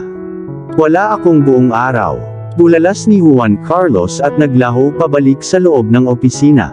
"Ayos lang, magiging maayos ka." Parehong itinulak siya ni Clara at Gibby patungo sa lungga ng dragon at naging mahirap sila. Hindi siya magiging okay. Bumukas ang pinto pero kumatok pa rin si Ivana. Hindi niya akalain na kaya niyang pumasok sa opisina ni Juan Carlos, at dahil hindi pa siya nagkaroon ng pagkakataong dumaan sa dokumento ng company protocol, mas gugustuhin niyang magkamali sa panig ng mabuting asal. "Pumasok ka at isara mo ang pinto," sabi ni Juan Carlos mula sa likod ng mesa niya. "Yes, Mr. Jackson." Sinunod ni Ivana, na napansin ang kahubaran ng kanyang opisina. Masyadong malayo ang ginawa niya sa minimalism sa kanyang opinyon. Ngunit muli, ano ang alam niya tungkol sa palamuti? Isa lang siyang children's book illustrator na ngayon ay nagliliwanag bilang isang personal assistant. Isang assistant na walang karanasan, walang gamit at masakit na kulang sa paghahanda. Bukod sa mid-century black leather couch, ang dalawa pa niyang boss ay kasalukuyang inookupahan. Ang tanging upuan ng bisita sa room ay ang hawker egg chair sa harap ng floor-to-ceiling na bookcase. Ang mga magazine ng Business Insider ay may linya sa glass coffee table, and a bold patterned rug served, ang nagsilbing room centerpiece. Ilang impresyonistang mga painting ang nakasabit sa magkabilang gilid ng humongous TV screen na nakaharap sa millions of books, makintab na mga parangal at maliit na pambihirang kakayahan na nakolekta ni Juan Carlos sa mga nakaraang taon, na naglinya sa mga shelves sa tapat ng dingding. Ang mga kopya ay walang dapat isulat tungkol sa bahay ngunit walang alinlangan na nagkakahalaga ng isang braso at isang binti. Lahat ng bagay sa kwartong ito, napakalaki sa kanyang pagkalalaki, ay tumingin at amoy mahal. Ang kulang kay Juan Carlos sa way ng mga furniture, higit pa ang ginawa niya sa alak. May mga toneladang bote, ang ilan ay puno pa at ang iba ay halos walang laman, cognac, whiskey, bourbon at spirits na nakakalat sa marble top bar sa kaliwa ng marangal na itim na pinto na inaakala ni Ivana na patungo sa kanyang pribadong banyo. Ngunit ito ay ang tanawin ng Castle Bridge sa likod niya na minahal niya at ang napakaraming skyscraper na tumatayo sa skyline ng lungsod. Nai-imagine na lang niya kung gaano ito kaganda sa gabi, na may mga bituin at mga ilaw ng lungsod na nagliliwanag sa kalangitan. Natutukso siyang tumakbo sa telescope na nakasandal sa harap ng bintana at sumilap kahit papaakyat pa ang araw sa maaliwalas na kalangitan at walang nakikitang mga bituin. Kung doon ka nang tumingala sa view. Tumikom si Juan Carlos at sumandal sa upuan niya habang nakapatong ang mga siko niya sa desk. Pinagsalikop niya ang kanyang mga manggas at itinapon ang kanyang lounge jacket sa headrest ng kanyang upuan, ngunit ang kanyang itim na kurbata ay nakasabit pa rin sa kanyang leeg. Kailangan ko ng isang detalyadong report sa mga influencer na hindi kasalukuyang nakasponsor ng mga kumpanya ng logistic. Ngunit sinabi ni Gibby na dapat panimula ni Ivana, ngunit ang natitirang paliwanag niya ay namatay ng mabagal na pagkamatay sa kanyang lalamunan nang mahuli niya ang inis na kislap sa mga mata nito. Nagbabayad ba si Gibby ng sweldo mo? Hiling niya, mahinang itinambol ang kanyang mga daliri sa makinis na ibabaw ng kanyang mesa. Umiling si Ivana at pinagsalikop ang mga kamay sa harap niya. Then what made you think na may pakialam ako sa sinabi ni Gibby? Paumanhin, Mr. Jackson, sasagutin ko ito kaagad, sabi niya, na nagplaster ng pinakamalaki, pinakamatingkad na ngiti sa kanyang mukha, upang pigilan ang pagsiklab ng galit sa kanyang tiyan hanggang sa kanyang lalamunan na nagbabantang puputulan ang kanyang supply ng hangin. Naiintindihan niya, hinahamak niya ito, ngunit walang dahilan para kausapin siya nito. Itinuro ni Juan Carlos ang pinto, at magalang niyang nakita ang sarili sa labas. "Oh, magdala ka ng mga pampalamig at mga pahayagan para sa araw na ito," tawag niya sa kanya nang makalabas siya ng kanyang opisina. Makalipas ang 10 minuto, bumalik si Ivana na may dalang cart ng mga pampalamig, mainit at malamig, dahil hindi niya tinukoy kung ano ang gusto niya, at isang bundok ng mga pahayagan. Nagulat siya na marami pa rin sa sirkulasyon nang kunin niya ang mga ito mula sa reception. Dahil walang papel ang mundo, inaakala niyang lahat ng pangunahing editorial ay nagtatago na ngayon sa likod ng mga paywall, at magkakaroon ng premium na subscription ang isang makabagong kumpanya tulad ng Jackson Logistics. Ngunit malinaw, ang mga kapangyarihan na mayroon pa rin ay napakalumang paaralan at ginusto ang amoy ng ink sa mga freshly printed newspapers. Matamis nang umiti sa kanya sina Julian at Matthew habang inihahain niya sa kanila ang kanilang mga kape at biskwit, nakikipag-usap sa kanya at nagtatanong sa kanya ng lahat ng uri ng mga katanungan. Sinagot silang lahat ni Ivana nang nakangiti at sariling mga tanong. Sa oras na ihain niya kay Juan Carlos ang kanyang pangalawang tasa ng kape para sa araw na iyon, hindi na siya masyadong nababalisa sa magkapatid. Nagustuhan niya sila, mabait sila. Kung ano sana ang okay na unang araw ng trabaho para kay Ivana, naging bangungot na mahirap niyang kalimutan sa napakatagal na panahon, simula sa simpleng paglalagay niya ng espresso ni Juan Carlos at isang side plate ng biskwit sa mesa niya. Kinagat niya ng kaunti ang isa sa mga chocolate cookies at iniluwa ito sa paper bean sa paanan niya.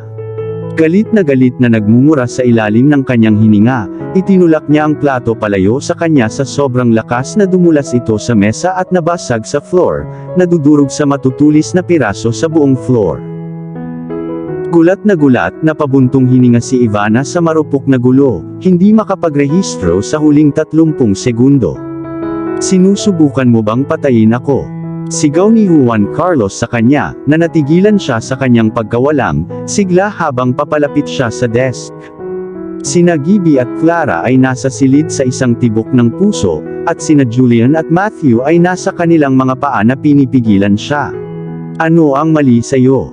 Pagpapatuloy ni Juan Carlos, madilim ang mukha sa galit at nanlalaki ang mga mata sa bagay na mailalarawan lamang ni Ivana bilang takot. Hindi mo ba nababasa? Nabigla sa kanyang galit, at napahiya ng higit sa anumang naranasan niya, napaluha si Ivana. Ako ay humihingi ng paumanhin. Sabi niya, pero wala siyang ideya kung ano ang hinihingi niya ng tawad hanggang sa tumabi si Gibby sa kanya, ang mukha niya ay namumula. Ang kanyang mga labi ay nakaunat sa isang manipis na matigas na linya. Hindi mo ba nabasa ang mga kinakailangan sa pagkain ni Mr. Jackson? Ipinadala ko sila kaninang umaga. Pinaalalahanan kita na suriin ang email. Umiling si Eden, wala siyang pagkakataong gumawa ng anuman sa kanyang laptop maliban sa pag-aralan ang kanyang schedule. May allergy si Mr. Jackson sa mga mani, paliwanag ni Clara sa kanyang mahinahon at humihingang boses. Ang mga biskwit na inihain mo sa kanya ay may pecans. Ano? Tanong pa ni Ivana sa sarili, natulala na may allergy siya sa anak niya, takot na baka hindi niya namamalayang napatay siya. Noong una niyang nalaman ang tungkol sa nut allergy ni Aiden, gumapang siya sa internet na parang baliw. Google, WebMed at ang libu-libong hindi kilalang mga doktor sa internet na hindi kailanman gumugol ng isang araw sa med school ngunit alam ang lahat ng dapat malaman tungkol sa mga allergy ay nakatulong sa kanya na maunawaan ang lahat. Alam niyang may maliit na pagkakataon na nagkaroon ng allergy si Aiden sa isa sa kanila. Pero dahil hindi naman siya nakikipag-ugnayan kay Juan Carlos ay hindi na niya talaga pinag-isipan ito. Hanggang ngayon. Bakit kailangang maulit ang lahat sa iyo? Tubos na hindi maintindihan ni Juan Carlos ang kanyang tanong dahil ang kawalan ng kapangyarihan sa pag-compute sa kanyang bahagi ay naging malupit sa kanya. Paalisin mo siya dito, at ayaw ko siyang makita. Si Gibby at Clara ay nagwalas sa kanya palabas ng silid at itinago siya sa opisina ni Clara habang siya ay umiiyak at paulit-ulit na humingi ng tawad. Paumanhin, hindi ko sinasadyang saktan si Mr. Jackson. Hindi ko alam na allergic siya sa mani. Naiiyak na sabi ni Ivana. Ang anak ko ay may parehong allergy din, at naiintindihan ko kung gaano mapanganib kahit na ang pinakamaliit na kagat ay maaaring maging. Let this be your first lesson, seryosong sabi ni Gibby. You have to be vigilant at all events and functions Mr. Jackson attended. Dapat mong triple check ang menu sa lahat ng oras, at kung kailangan mong tikman ang kanyang pagkain, pagkatapos ay kung ano ang gagawin mo. Tumango si Ivana at nagdahilan na maghilamos sa banyo bago iligtas ang natitira sa kanyang bangungot sa isang araw. Nasa opisina pa rin ni Juan Carlos sina Matthew at Julian nang pumasok ito para linisin ang kalat. Iniwasan niyang makipag-eye contact sa alinman sa mga ito habang winalis niya ang mga piraso ng salamin at dinampot ang hindi kinakain na biskwit. Sa nanginginig na hininga at sa parehong hindi matatag na mga binti, lumingon siya kay Juan Carlos na kaupo pa rin sa likod ng kanyang mesa, nakasimangot sa isang bagay sa kanyang screen. Mr. Jackson, sabi niya, nababalot ang boses niya nang tumingala siya mula sa laptop niya at tinitigan siya ng masama. Nagpatuloy siya, medyo nabigla ang kanyang mabatong katahimikan. Gusto ko sanang humingi ng paumanhin sa naging oversight ko kanina. I assure you sir, hindi na mauulit ang ganito. Tama ka, it won't, malamig na sabi ni Juan Carlos. You're being reassigned. Excuse me. Naguguluhan at nataranta sa biglaang pangyayaring ito, tanong ni Ivana.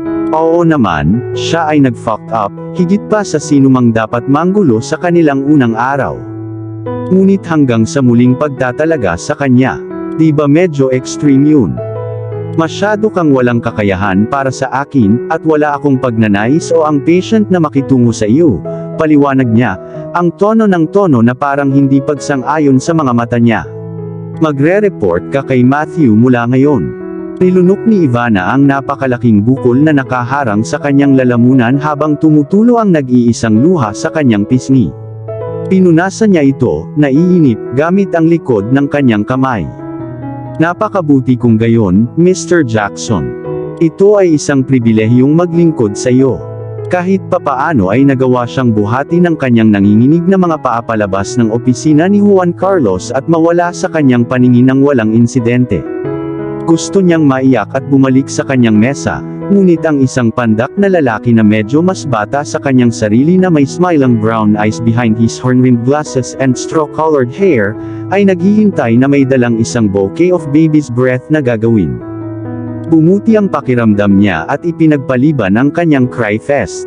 Matutulungan ba kita? Tanong niya na may ngiti na sana ay sapat na ang liwanag para matakpan ang kanyang mga luha. I'm Sean, pakilala niya at tinulak ang mga bulaklak sa mga kamay niya. Nahihiyang dagdag pa bago sumakay sa elevator. Welcome gift ito.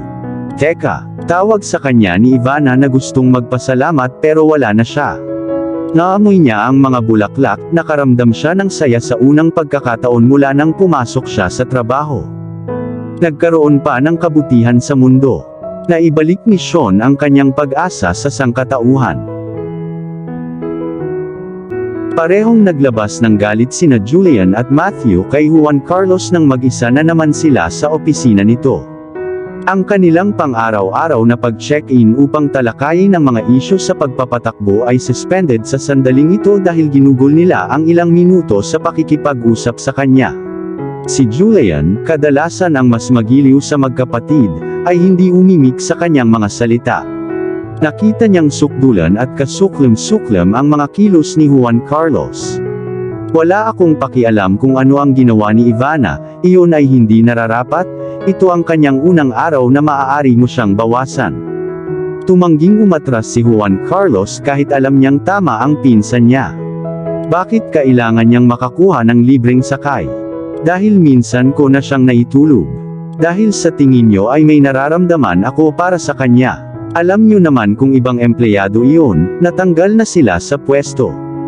Hindi iyon ang punto dito, tumayo si Matthew habang tinutulak niya ang kanyang tasa. Tingnan mo, naiintindihan namin, kailangan mo siyang tratuhin tulad ng ibang tauhan, ngunit hindi mo ba naisip na medyo malupit ka sa kanya? Hindi, muntik na niya akong patayin. Pwede na akong mamatay. Galit na galit si Juan Carlos habang tinutulak niya ang briefing document palayo sa kanya. Walang paraan na maiintindihan niya ang anumang report ngayon, hindi pagkatapos na siya ay halos 6 na talampakan sa ilalim, hindi nung ang kanilang paghaharap sa break room ay sariwa pa sa kanyang isip. Halos hindi na siya nakabawi mula sa kanilang pangit na dumura sa kusina at sa walang takot na paraan ng pagsuntok nito sa kanyang dibdib, at ngayon ay kinailangan ding hilahin ni Ivana ang pagkabansot na ito. Kung hindi niya nakitang nakakainis siya, medyo impressed siya na nagkaroon siya ng lakas ng loob na kunin siya, kahit na tinawag siya para sa paglalaro ng kanyang boss card. Ngunit nakita niyang nakakainis siya, at binalak niyang bayaran siya ng mahal para sa kanyang maliit na pagkilos ng katapangan. Walang sinuman sa kanyang panunungkulan bilang CEO ang nakipag-usap sa kanya sa ganoong paraan, lalo pa ang mga kamay sa kanya. Muli siyang nagalit habang binubuksan ang kanyang laptop para tingnan ang ilang kontrata mula sa legal team, hindi ka panipaniwala. Mapapatay niya sana ako, at gusto ninyong maging mabait ako tungkol dito. Hindi ito sinasadya. Itinaas ni Julian ang kanyang mga kamay sa hangin sa frustration at ibinalik ang atensyon sa kanyang kape. Nanginginig si Juan Carlos sa pagkasuklam habang pinagmamasdan niya itong ipasok ang isang buong biskwit sa kanyang bibig at tinutukan ito ng mas mabilis kaysa sa makakurap. Sa lahat ng kanyang kayamanan at mabuting pagpapalaki, kung minsan ang kanyang pinsan ay maaaring maging bastos sa kanilang pagdating. Nagpatuloy si Julian, hindi marinig ang kanyang mga salita habang umaatake siya ng mas maraming biskwit at sinubukang magsalita ng sabay. Hindi siya nagkaroon ng pagkakataong tingnan ang kanyang mga email. Hindi ka ba pwedeng nguyan ang nakabuka ang bibig mo ng ganyan? Pahabol na hiling ni Juan Carlos. Si Tita Liz ang nagturo sa'yo ng mas mahusay kaysa dyan. Isang naguguluhan na si Julian ang tumango sa kanya at kumunat ang noo, okay ma'am.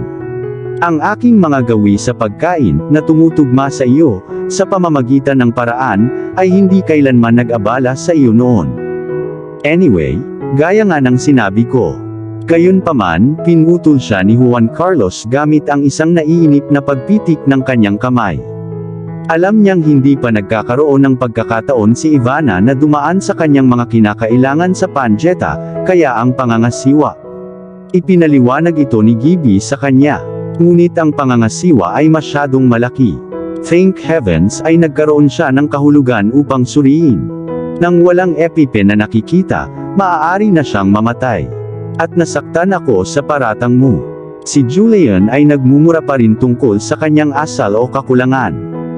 Hindi ako ngumunguya nang nakabuka ang aking bibig.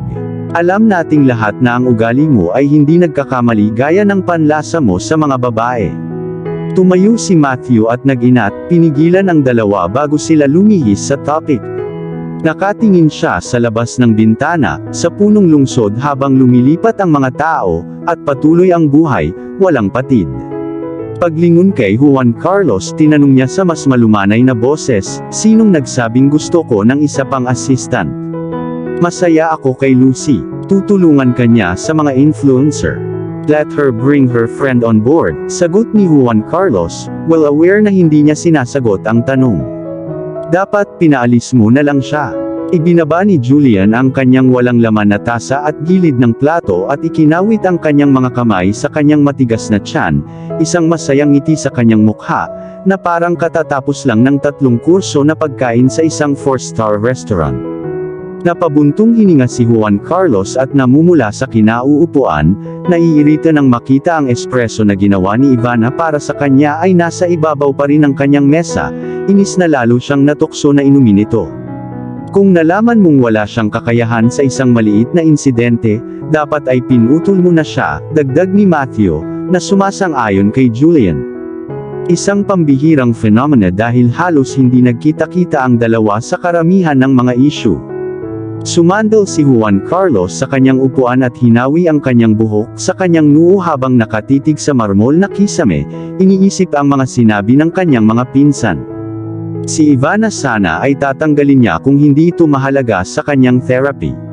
Ano ba, hindi man lang sana siya dumaan sa pinansyal na impyerno ng pagkuha sa kanya pabalik. Ang paglipat sa kanya sa lugar ni Matthew ay ang pinakamahusay na solusyon sa ngayon, hanggang sa naisip niya kung paano ay navigate ang kanyang matinding damdamin para sa kanya. Wala pang babae ang nakakapit sa kanya ng maling paraan ni Ivana. Ngunit siya rin ang nag-iisang babae na ang haplos ay nagpaalab sa kanya. Ang kanilang pakikipag-ugnayan sa break room, maikli at brutal, ay nagdulot ng kanyang katawan sa sobrang pagmamadali. Hinanap niya ito nang may matinding takot na ikinatakot niya, at alam niyang kung wala sila sa pampublikong lugar kung saan maaaring pumasok ang sinuman anumang oras, maraming masasabi ang mga dingding ng kusinang iyon. Pero, hindi pa rin nagbabago ang pagnanasa niya para sa kanya. At hindi niya maiintindihan, sa buong buhay niya, kung paano nagagawa ng isang tao ang napakaraming salungatan sa kanya. Dinala niya sa bintana ang nakakasakit na espresso, hinila ang isa sa mga blind para tingnan kung okay lang siya, at napabuntong hininga nang makita niya ang isa sa mga developer mula sa R&D team na sumisinghut-singhut sa paligid ng kanyang mesa, na dagdagan ng 10 ulit ang iritasyon nito sa kanya. Tuwa sa mga bulaklak. Maaari ko siyang bigyan ng mga bulaklak ng 10 beses na mas mahusay kaysa sa hangal na bouquet na iyon, isip ni Juan Carlos habang humihigop at nakapikit, na-appreciate ang lasa at amoy ng kape niya. Pero tatanggapin ba niya ang mga bulaklak mula sa kanya kapag naging malupit ito sa kanya? Makatuwirang gayon, ngunit malupit pa rin. Gayunpaman, si Ivana ay nanatiling kaaya-aya at nagkaroon pa nga ng disente na humingi ng tawad. Kung gayon, bakit siya naging masama sa kanya? Bakit hindi niya matanggap ang paghingi niya ng tawad? At bakit sobrang sakit ng puso niya nang makita siyang umiiyak? Walang problema sa akin na kunin si Ivana, sabi ni Matthew, na sumisira sa kanyang mga iniisip. Pero linawin natin, kapag akin na siya, hindi mo na siya mababalikan. Saglit na pinag-isipan ni Juan Carlos ang anunsyo ng kanyang pinsan, lalong lumalim ang pagkunot ng noo niya habang inuubos ang kanyang kape. I mean as my person assistant of course, mabilis na paliwanag ni Matthew. Hindi pa rin nagustuhan ni Juan Carlos ang kanyang paliwanag, ngunit nagkibit-balikat siya at nagpatuloy sa pagsilip sa mga blind, na hindi nilalaro ang tasa sa kanyang kamay. Kakaalis lang ng developer nang dumaloy ang isang stream ng iba pang mga lalaki mula sa lugar ni Julian at ang legal team, lahat ay may dalang mga regalo, mga tsokolate, mas maraming bulaklak, mga jar ng sweets at isang teddy bear. Halika na, talaga. Wala bang trabaho ang mga taong ito? Malakas na pagmumura niya. Ang sama ng loob niya sa eksenang naglalaro sa kanyang harapan ay nag-udyok sa kanyang mga pinsan na sumama sa kanya, at sa loob ng ilang minuto, lahat sila ay sumilip sa mga blind at pinanood ang mahabang pila ng mga manliligaw na naglalakbay sa buong Ivana.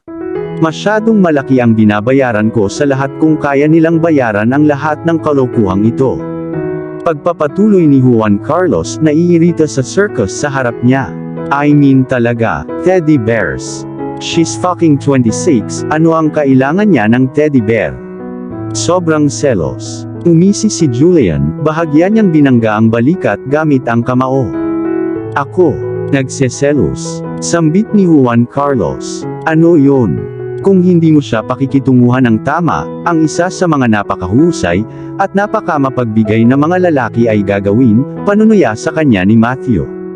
Tumahimik ka. Hindi ko naman type si Ivana, ungol ni Juan Carlos. Siya lang ang type mo, tumawa si Julian sabay hampas sa likod niya. At marami siyang pagpipilian. Ang paraan ng nakikita ko, mas kailangan mo siya kaysa kailangan kanya. Tumabas na kayong dalawa. Pinandilatan niya ang magkapatid at sinandal ang ulo sa pinto. Si Matthew ang unang umalis, ngunit huminto siya sa mesa ni Ivana, na nagtutulak sa kanyang mga manliligaw.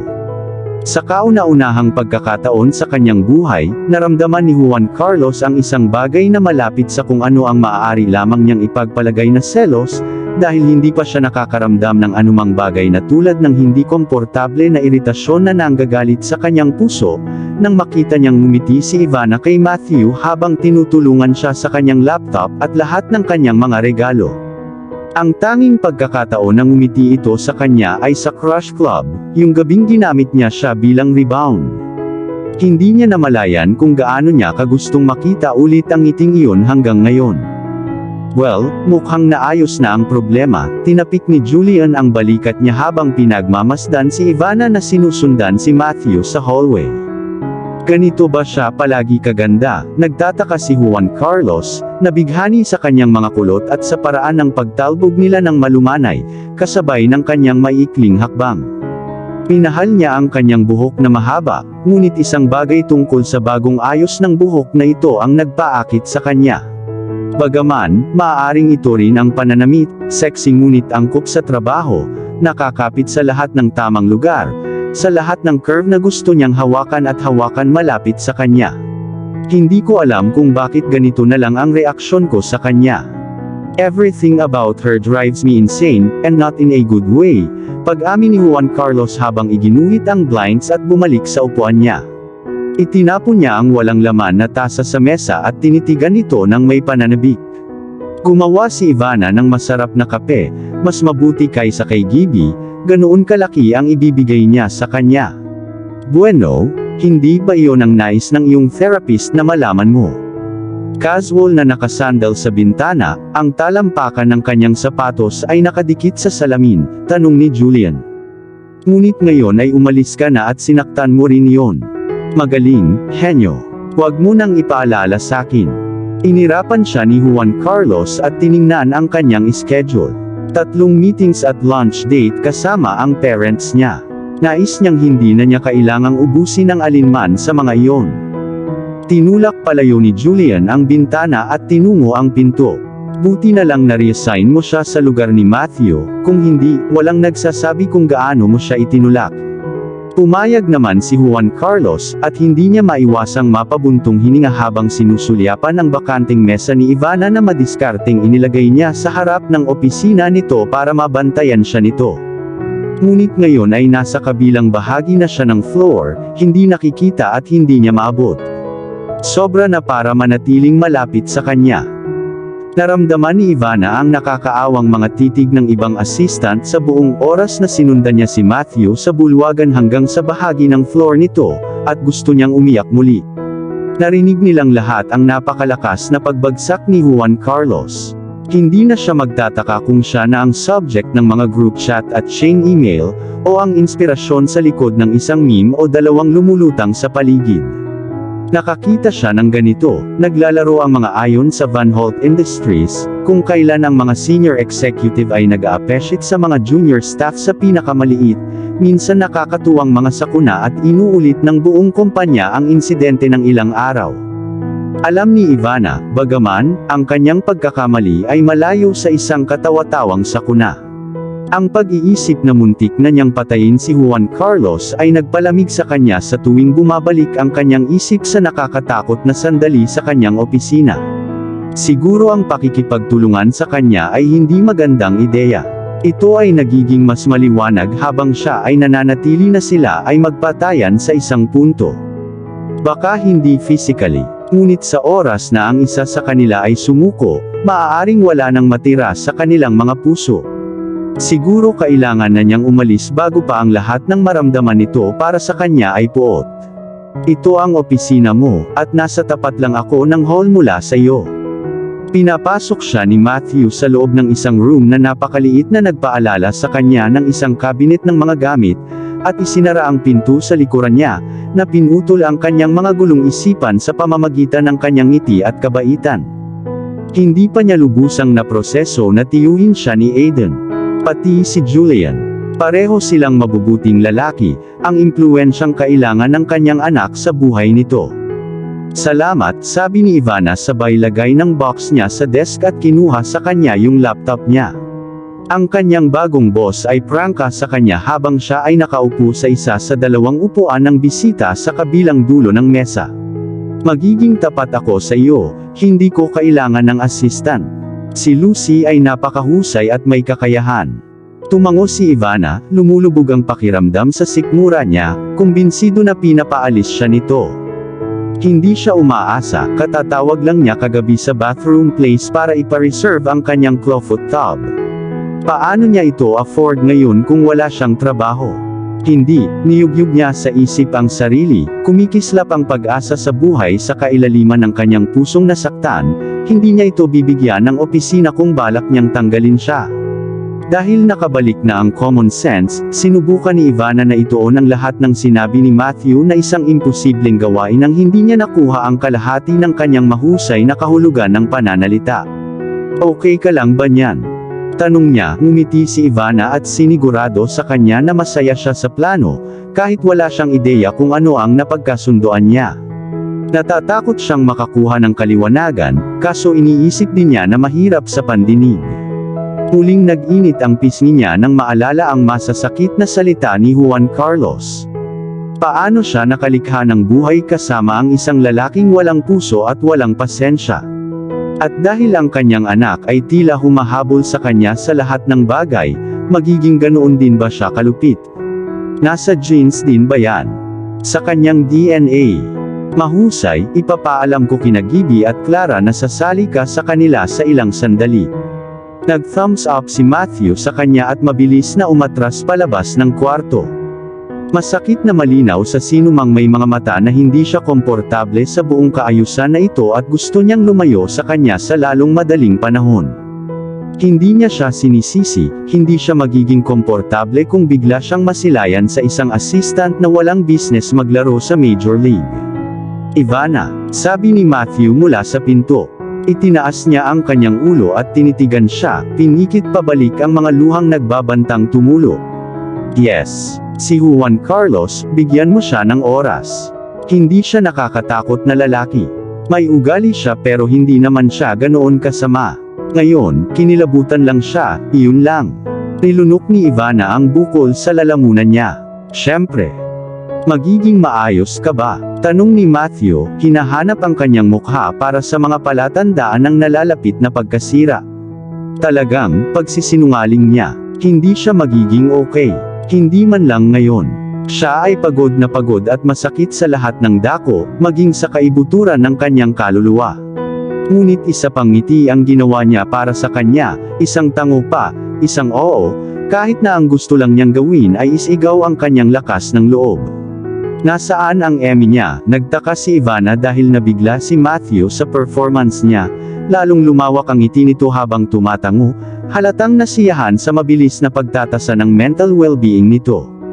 Dahil hindi siya nagpapakita ng anumang senyales ng nalalapit na pagkasira at isang agarang pangangailangan para sa isang puting room na may palaman, lahat sila ay maaaring magpatuloy sa kanilang buhay. Mahusay na bagay, binato niya ito ng isa pang thumbs up at lumabas ng kwarto. Mag-isa, sa wakas, napakagaan ng loob ni Ivana kaya sa wakas ay maalis na niya ang ngiti ng kanyang mga asawang Stepford. Hindi niya talaga naiintindihan ang pangakong kailangan parang umiti kapag nalulungkot ka at pekeng kaligayahan kapag gusto mong umiyak. Hanggang ngayon.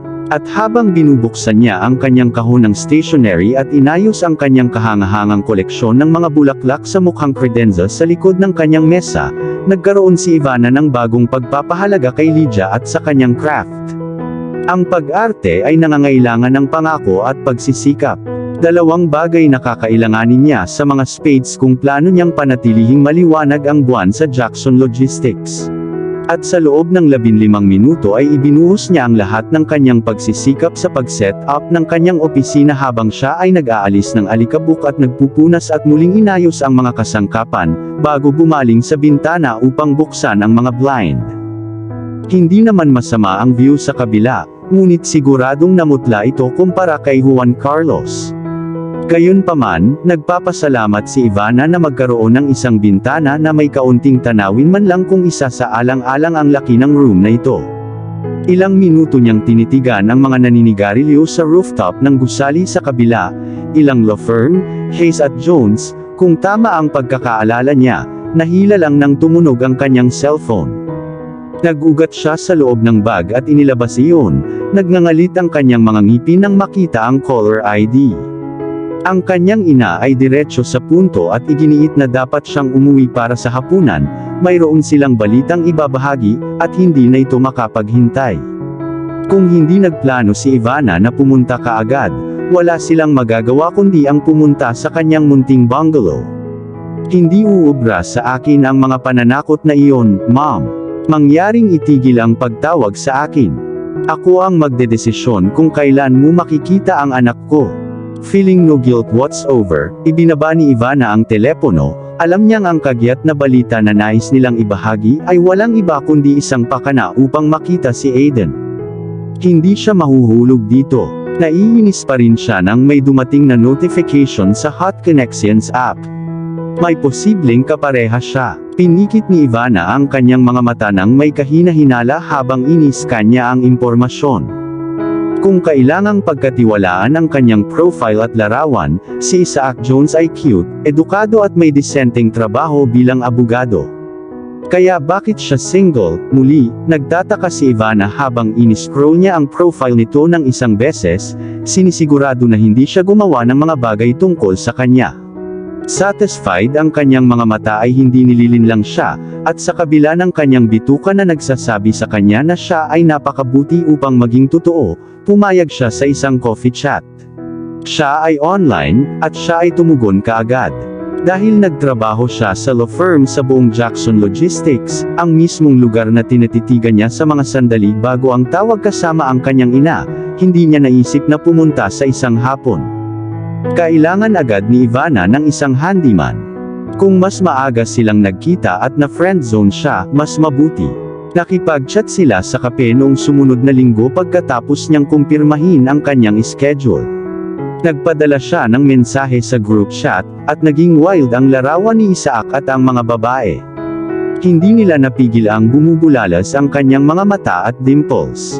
Si Lydia ay sobrang natuwa sa kanyang ideya sa Hot Connections. Talagang nalampasan niya ang kanyang sarili at naisip niya kung ang pag-arte at paghuhugas ng utak ng mga horde ng mga gumagamit ng internet ay hindi gumana para sa kanya sa katagalan, palagi siyang nakakapasok sa matchmaking.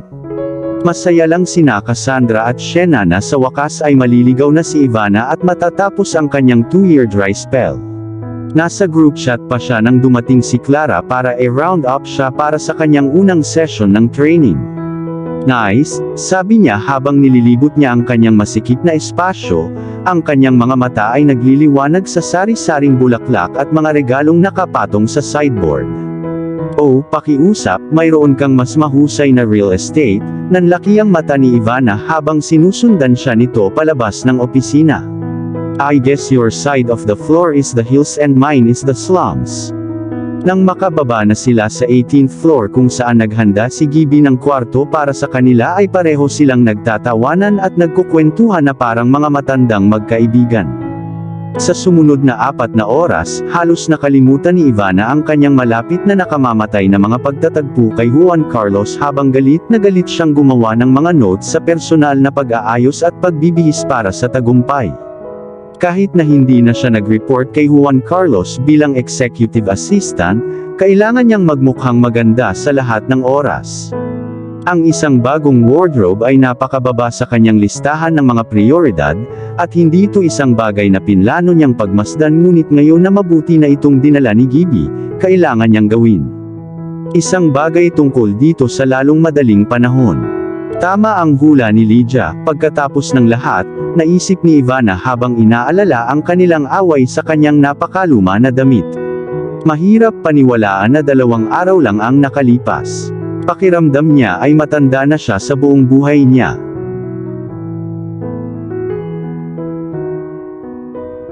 At dito na po, nagtatapos ang part 20 ng ating kwento. Sabay-sabay po natin abangan ang susunod na kabanata. Paki-support rin po ng mga kwentong pag-ibig ni Dion Channel TV at Deborah Stories, ang aming munting channel. Maraming salamat po. God bless and stay safe.